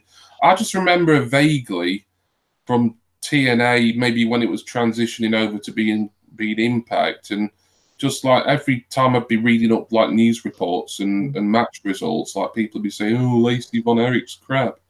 But I don't know. It's weird how we've suddenly transitioned over this sort of dissection of Lacey Von Erich's career. Yeah, it's got nothing to do with this. Thank you, Jason. Anyway, the point is that the Wrestling Women's, right, as deservedly so, evolved into what it should be, and that's wrestling. Period. Yes. Right? Yes. So, on to the match. Now, the first thing is, are they looking, because they feel they haven't got enough strong women competitors, at combining the two women's titles? Yeah. Is that where they're going with this? Yeah. Well, yeah. I mean, sorry. I mean, this is a point I did want to touch upon at some point, but I will briefly interject. Just okay. Yeah. Even if there isn't going to be a brand merge like what some reports are suggesting there might be, simply because of this Fox deal, but I still think it's very likely that they're going to permanently merge the two women's titles. Yeah, simply because there's just not quite the depth of female talent. I mean, there's a lot of great. There's more great female wrestlers in WWE now than there's ever been, and that's brilliant. That's fantastic. But especially with them bringing out the tag team championships as well, because that kind of dilutes it further. Because if you want to establish some permanent tag teams, you've got to be putting two women together for a long time, and then another two, and then another two, and another two, and that dilutes kind of your singles division down further. I know there's people they can call up from NXT, but it's not an unlimited. It's a deep well, but it's not bottomless. So, the reason, carry on, Jace. The reason why I'm saying it is because then you've got to think of forget who's over and who isn't. But if they meld the two titles together, who's going to be the most befitting to carry that title? Now, in that instant, logic would dictate Charlotte. Yeah. Right? However, if Ronda's buggering off, right, doing whatever she's going to do, right, I think she wants to start a family, doesn't she? I think that was the main issue. It's what reported, Yeah, right. So she's going to go off, and she's done a good job. She's come on leaps and bounds since she first started. I don't think it's going to be her that wins it. I think it is going to go between these two, old-time rivals, friends, whatever you want to call it. I think they have to put the title on Becky. Like whoever it was, somebody said that if there isn't, there'd be a bloody riot. Right? Right? It won't be. I'll tell you what. It won't be Seth Rollins saying "burn it down." Yeah. Right? Yeah, it'll be actual fans with lighters and yeah, matches. exactly. Molotov cocktails. Yeah. Right. Anyway, I want Becky to win. I've been a big fan of Becky for ages. Right. I think she's great at what she does. Right. Yeah. And if you want to go down the eye candy route, she's not a bad looking lass at all. Right. If you're gonna degenerate into that level of scrutinizing people, right? So. Well, I'm only saying it because there's other people that are probably thinking it. So I'll take it on my shoulders, as it were. Yeah, but I think it has to be Becky. That's the only thing that makes sense, right? Charlotte, yes, would be good for the two brands together for a joined union, shall we say? But I think Becky needs to have it.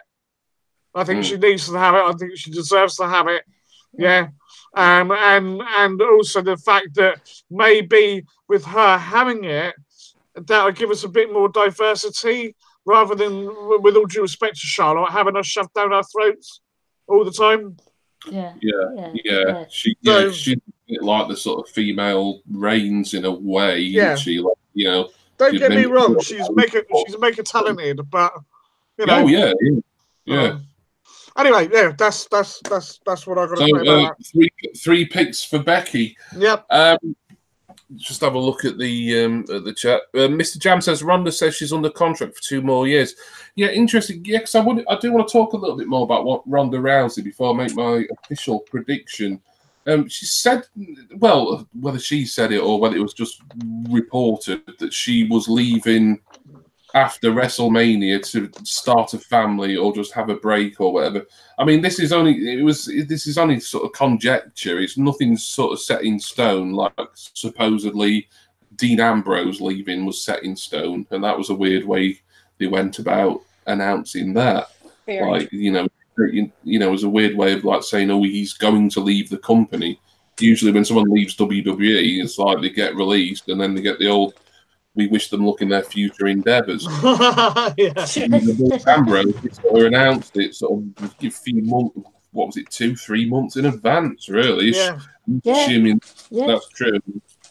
But I think with Ronda, I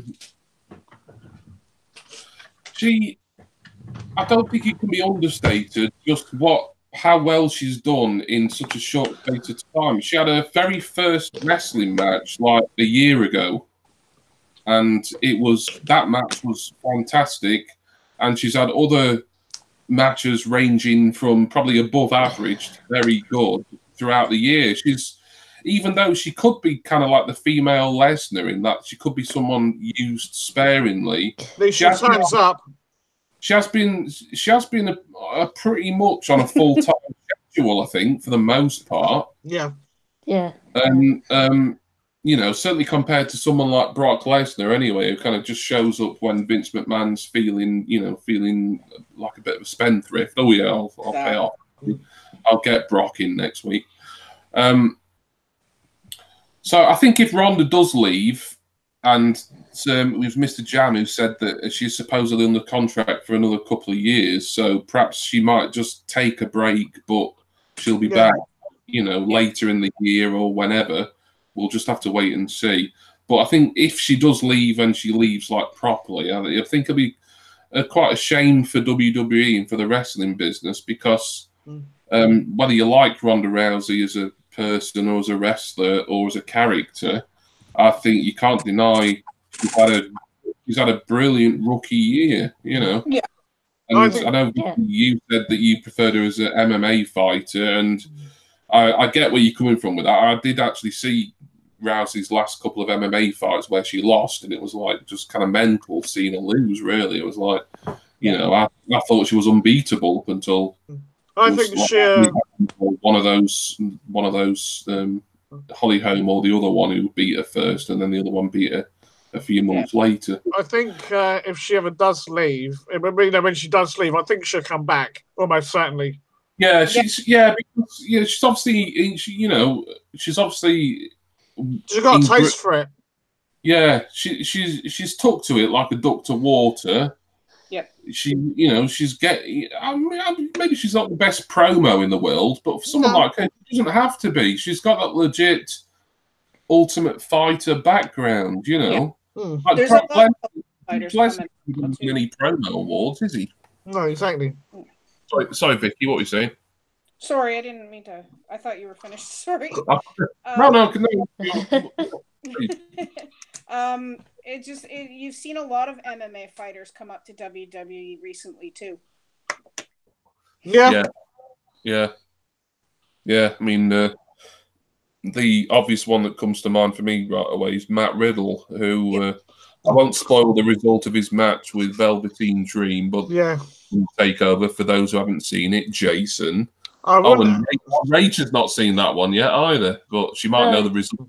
So. Yeah, I know the result, but I'm not that bothered about that match anyway. I wasn't really keen on either of them. I don't know. Matt Riddle to me is kind of. I don't know. He reminds me sort of like an extra stoned RVD in a way. It's annoying as shit. Bro, Damn can get. Yeah. But I like Matt Riddle. I think he's a lot of fun, and he's got a unique style. He's that Ultimate Fighter, but he's kind of sort of really chill, and really laid back at the same time. It's unusual. Okay. But anyway, we're not talking about Matt Riddle. We might talk about him at WrestleMania 36. Your prediction, mate. She doesn't want to.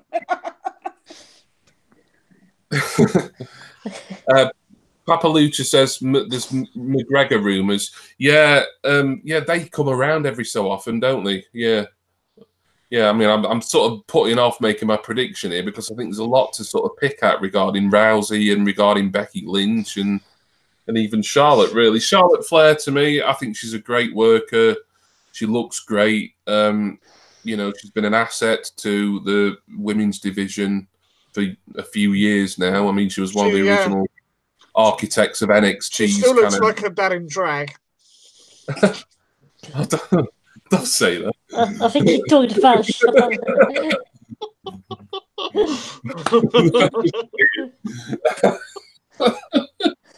Oh, God, they did image now. Thanks for that, Jason. Oh dear, sorry. But yeah, everyone's on about these 4 horsewomen of the WWE, and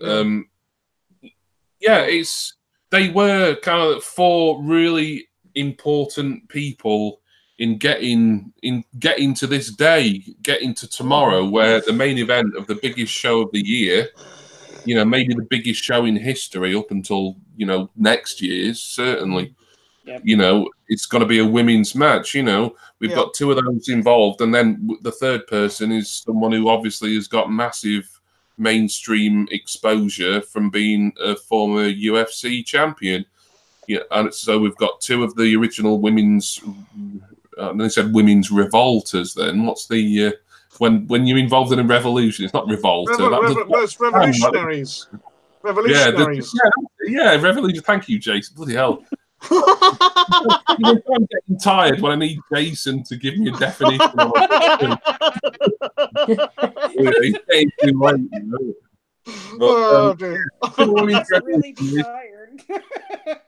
In Becky and Charlotte, and then obviously we've got the 2 other of the original, the WWE horsewomen who are in the tag team match. So it would be a really iconic WrestleMania ending to see the 4 of them together, holding their belts, unless either Becky or Charlotte doesn't win. And I still haven't made my prediction yet, but I'll get to it, I promise. I think Rousey's got to lose at some point, and it seems like, I mean, I'm picking Becky, by the way, but I'm just trying to decide whether it's going to be Charlotte who does the job or Rousey. I think it's got to be Rousey in a way. Yeah. Just to because I just feel, she's got to lose, as in get pinned or submitted at some point. Yeah. It needs to be really tomorrow.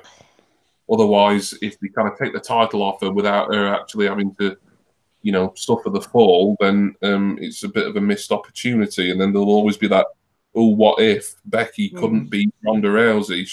She can beat Charlotte, but we knew that anyway, sort of thing. So yeah, I'm picking Becky Lynch because it's the right ending for the pay-per-view to see Becky Lynch holding both titles. Like I say, whether this will mean the brand extensions coming to an end, or whether it just means that the women's divisions getting merged across both brands, or whether it means it's just like Becky's going to vacate one of the titles afterwards, I don't know. We'll have to wait and see how it plays out over the coming weeks, I suppose. But I'm going to say Becky to win. Yeah, it's got to like the Benoit Guerrero ending at WrestleMania 20, says Mr. Jam. No matter what happens, there must be moments where Charlotte's in 2 arm bars or Becky and Ronda's in a figure 8 arm bar. Yeah, there's going to be some good submission spots in this match. It's going to be a great match. It's going to, I think it's going to have the right ending.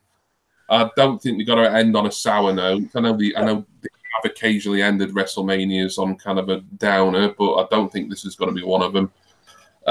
It should be a good show, but it's going to be a very long show, and I just wish it was split across 2 nights, really. I need lots of coffee. Yeah.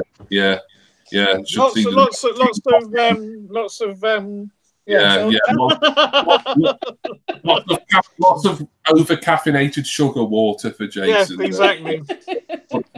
He drinks that every night anyway, if he's not staying up for a WrestleMania. So no. Plus me and Jason have got Raw to watch. I'll have to get 6 bottles in. Yep. Yeah. Have you got a television in your toilet, Jason? You need to wall mount it above the actual cistern so that you know. Oh, look at that! Oh, Randy Orton's just won. Ooh. Oh no! Yes, but it won't be at the rest. Oh, dribbled. Yeah, and then when you finally do need a dump, like you're going to be cricking your head back. Oh, I'm missing it. Exactly. They'll have to sit around the other way. Yeah. Oh dear! What a and on that note, lavatorial way to end. Yes. Although, Jason, didn't you want to just end on something else? All it was returns. Do we think anybody's going to come back? Ooh. That's the only thing I was going to say. It's almost a disappointing thing to end on now. Right? At the time, I thought it was a good idea, but now it's like, oh, maybe we don't bother about it. I think Undertaker and Cena are going to make appearances. Whether you can class them as kind of like special returns, I'm not sure, because it's not like The Rock coming back, who hasn't been around for ages, or even like a Stone Cold Steve Austin appearance or something. I don't know. So I'm just going to stick with we're going to see Undertaker and Cena show up at some point. There is one person who might make a bit of sense and could actually affect the outcome of the match, right? Yeah. And going back to past history, Bray Wyatt. Oh. Mr. John reckons Bray Wyatt and Sami Zayn are going to return on Raw. Yes. They kind of feel more sort of Raw returns to me. Although Bray Wyatt, he kind of returned last year at WrestleMania. Well, it was in the pre-show. Because he'd had that, what was it called, that match? The Final Deletion or whatever it was called. Yeah. Where he lost to Matt Hardy, and then he wasn't seen for, I don't know, a month, 2 months or something. Yeah. And then, he came back and, I think Bray Wyatt's career is kind of a bit No one did him for the last, year and a half? Well, not quite that long, but getting the best part of a year, I'd say, because he kind of had that run as tag team champion with Matt Hardy, and then I think Matt Hardy got injured, so they had to take the titles off him. No, I think he got injured as well, didn't he? I think. Yeah. Probably did actually around a similar time. Bray Wyatt's expecting a baby. So, Bray Wyatt's pregnant. Congratulations. Well, maybe that's why he's been away. Maybe that's why he's been away then. Yeah. He's been trying. No, but the only reason I was sort of saying it was because obviously there was a history with the Wyatt family and Daniel Bryan. Yeah. So, right, and Rowan's now with Bryan, which is weird, really, when you think about it. Having them two together. I mean, it kind of works, but it's weird. Yeah.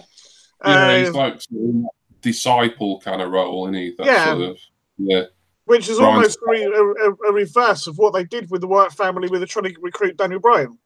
Yeah. So, there's always that. I think there's, we are going to get somebody that we're not expecting turn up. I think the boogeyman's going to come back. No. Sorry, who was that? I said I think the boogeyman's going to come back. Oh, bloody hell, yeah. I used to like the boogeyman. Got a weird backstage appearance, so I think he might have even done that at a WrestleMania fairly recently. I like the boogeyman. He was fun. Yeah. Just because he would gross everybody out, that's why.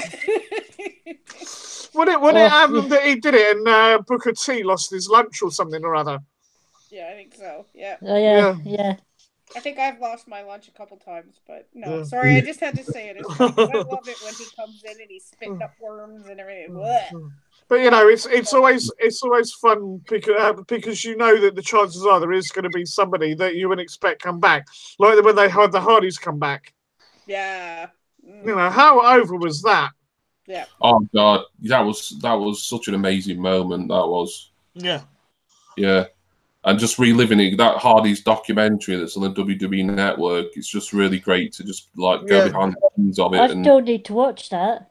Rage, I said for you to watch that at least a couple of months ago. Yeah, it only lasts about an hour, but it's really good, and it goes into their personal problems that they've had, and it's really interesting. I don't think it will ever happen. That they've done in recent years, really. I think that Hardy's one. Yeah. I was going to say, I don't think it'll ever happen, but I would like just one time for Matt to hold one of the major titles. His brother's done it. Yeah, I think his time's gone, but yeah. Just the one time. Yeah. Just that, or they might bring the Dudley Boys back again. I mean, I think Bubba Ray. I don't know if he's working full time at Ring of Honor, but he seems to show up there quite a lot. So, and I don't have no idea what Devon's doing. He's probably properly retired for all I know. I think so. Yeah. Mr. Jam, please no NXT call-ups. Work out what you're doing with the people you have. But at first, well, yeah. But there's bound to be call. I mean, it looks like Aleister Black and Ricochet are now properly. Well, it looks like it's going to be SmackDown, doesn't it?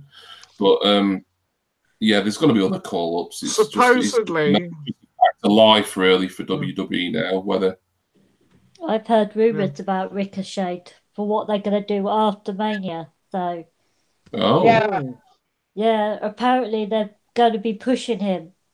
Oh, okay. But it's going to lead to the shake-up with a certain person going to SmackDown, and there's going to be a rivalry between them two. Oh. I won't say any more, just in case it doesn't happen. But that's what I've heard. No, but Lars Sullivan is supposedly got himself sorted out, and he will be making his debut relatively soon. He was slated to face John Cena at Mania originally. You know what it was, don't you? Yeah, we talked about it before. Yeah, he was suffering bad anxiety attacks, I can obviously relate to that, and wish him all the best with that. But if he's getting himself sorted and good, fingers crossed. So it's just a shame because it sounded like he would have had a pretty big WrestleMania match for his first WrestleMania, but these things didn't happen. But we've been going nearly 3.5 hours now. Can you believe that? We've had sort of a bit of a break, but not really because we've still been talking about wrestling sort of even during the break. So I think 3.5 hours is pretty good going. So that's probably a good time to. Thank everyone in the chat for coming in. Thank you for everyone's comments. in the chat. Obviously, I want to give massive thanks to my co-panelists, not suitable for Mum, Jason. Thank you, sir. Thank you very much, Rach Kappa, for all your input tonight. It's always appreciated. Yeah, thank you for just having me on here. Yeah, my pleasure. And to our new panelist, who, as I think's made an excellent showing, great stuff, and I hope you're going to join us for some more. Vicky, the Night Owl, thank you so much for joining us tonight, Vicky. Yeah, let's round of applause for Vicky. Crew in the house. Thanks for having me. I really appreciate it. It was fun. Yeah, it is. Like I say, hopefully we're going to be doing these sort of the Saturday before every pay-per-view. Assume, unless anything crops up that summer holidays. yeah, we've got urgent things to do or whatever. But hopefully we'll be doing plenty more of these throughout the year. So definitely. Thank you, Jenny. I'm glad you enjoyed it. I hope everyone else enjoyed it, and anyone who might be watching on the replay, thank you for that as well. Make sure you subscribe to us all as well. Find us all on YouTube. We've all got great channels, especially me, of course. Of course, yeah. But their channels are great as well. So give everyone a sub who you've seen here tonight and show us some support and show us some love. Give us some sugar. And I suppose the most important thing is for everyone to enjoy the Hall of Fame tonight, if you're watching it tonight, or if you're watching it tomorrow.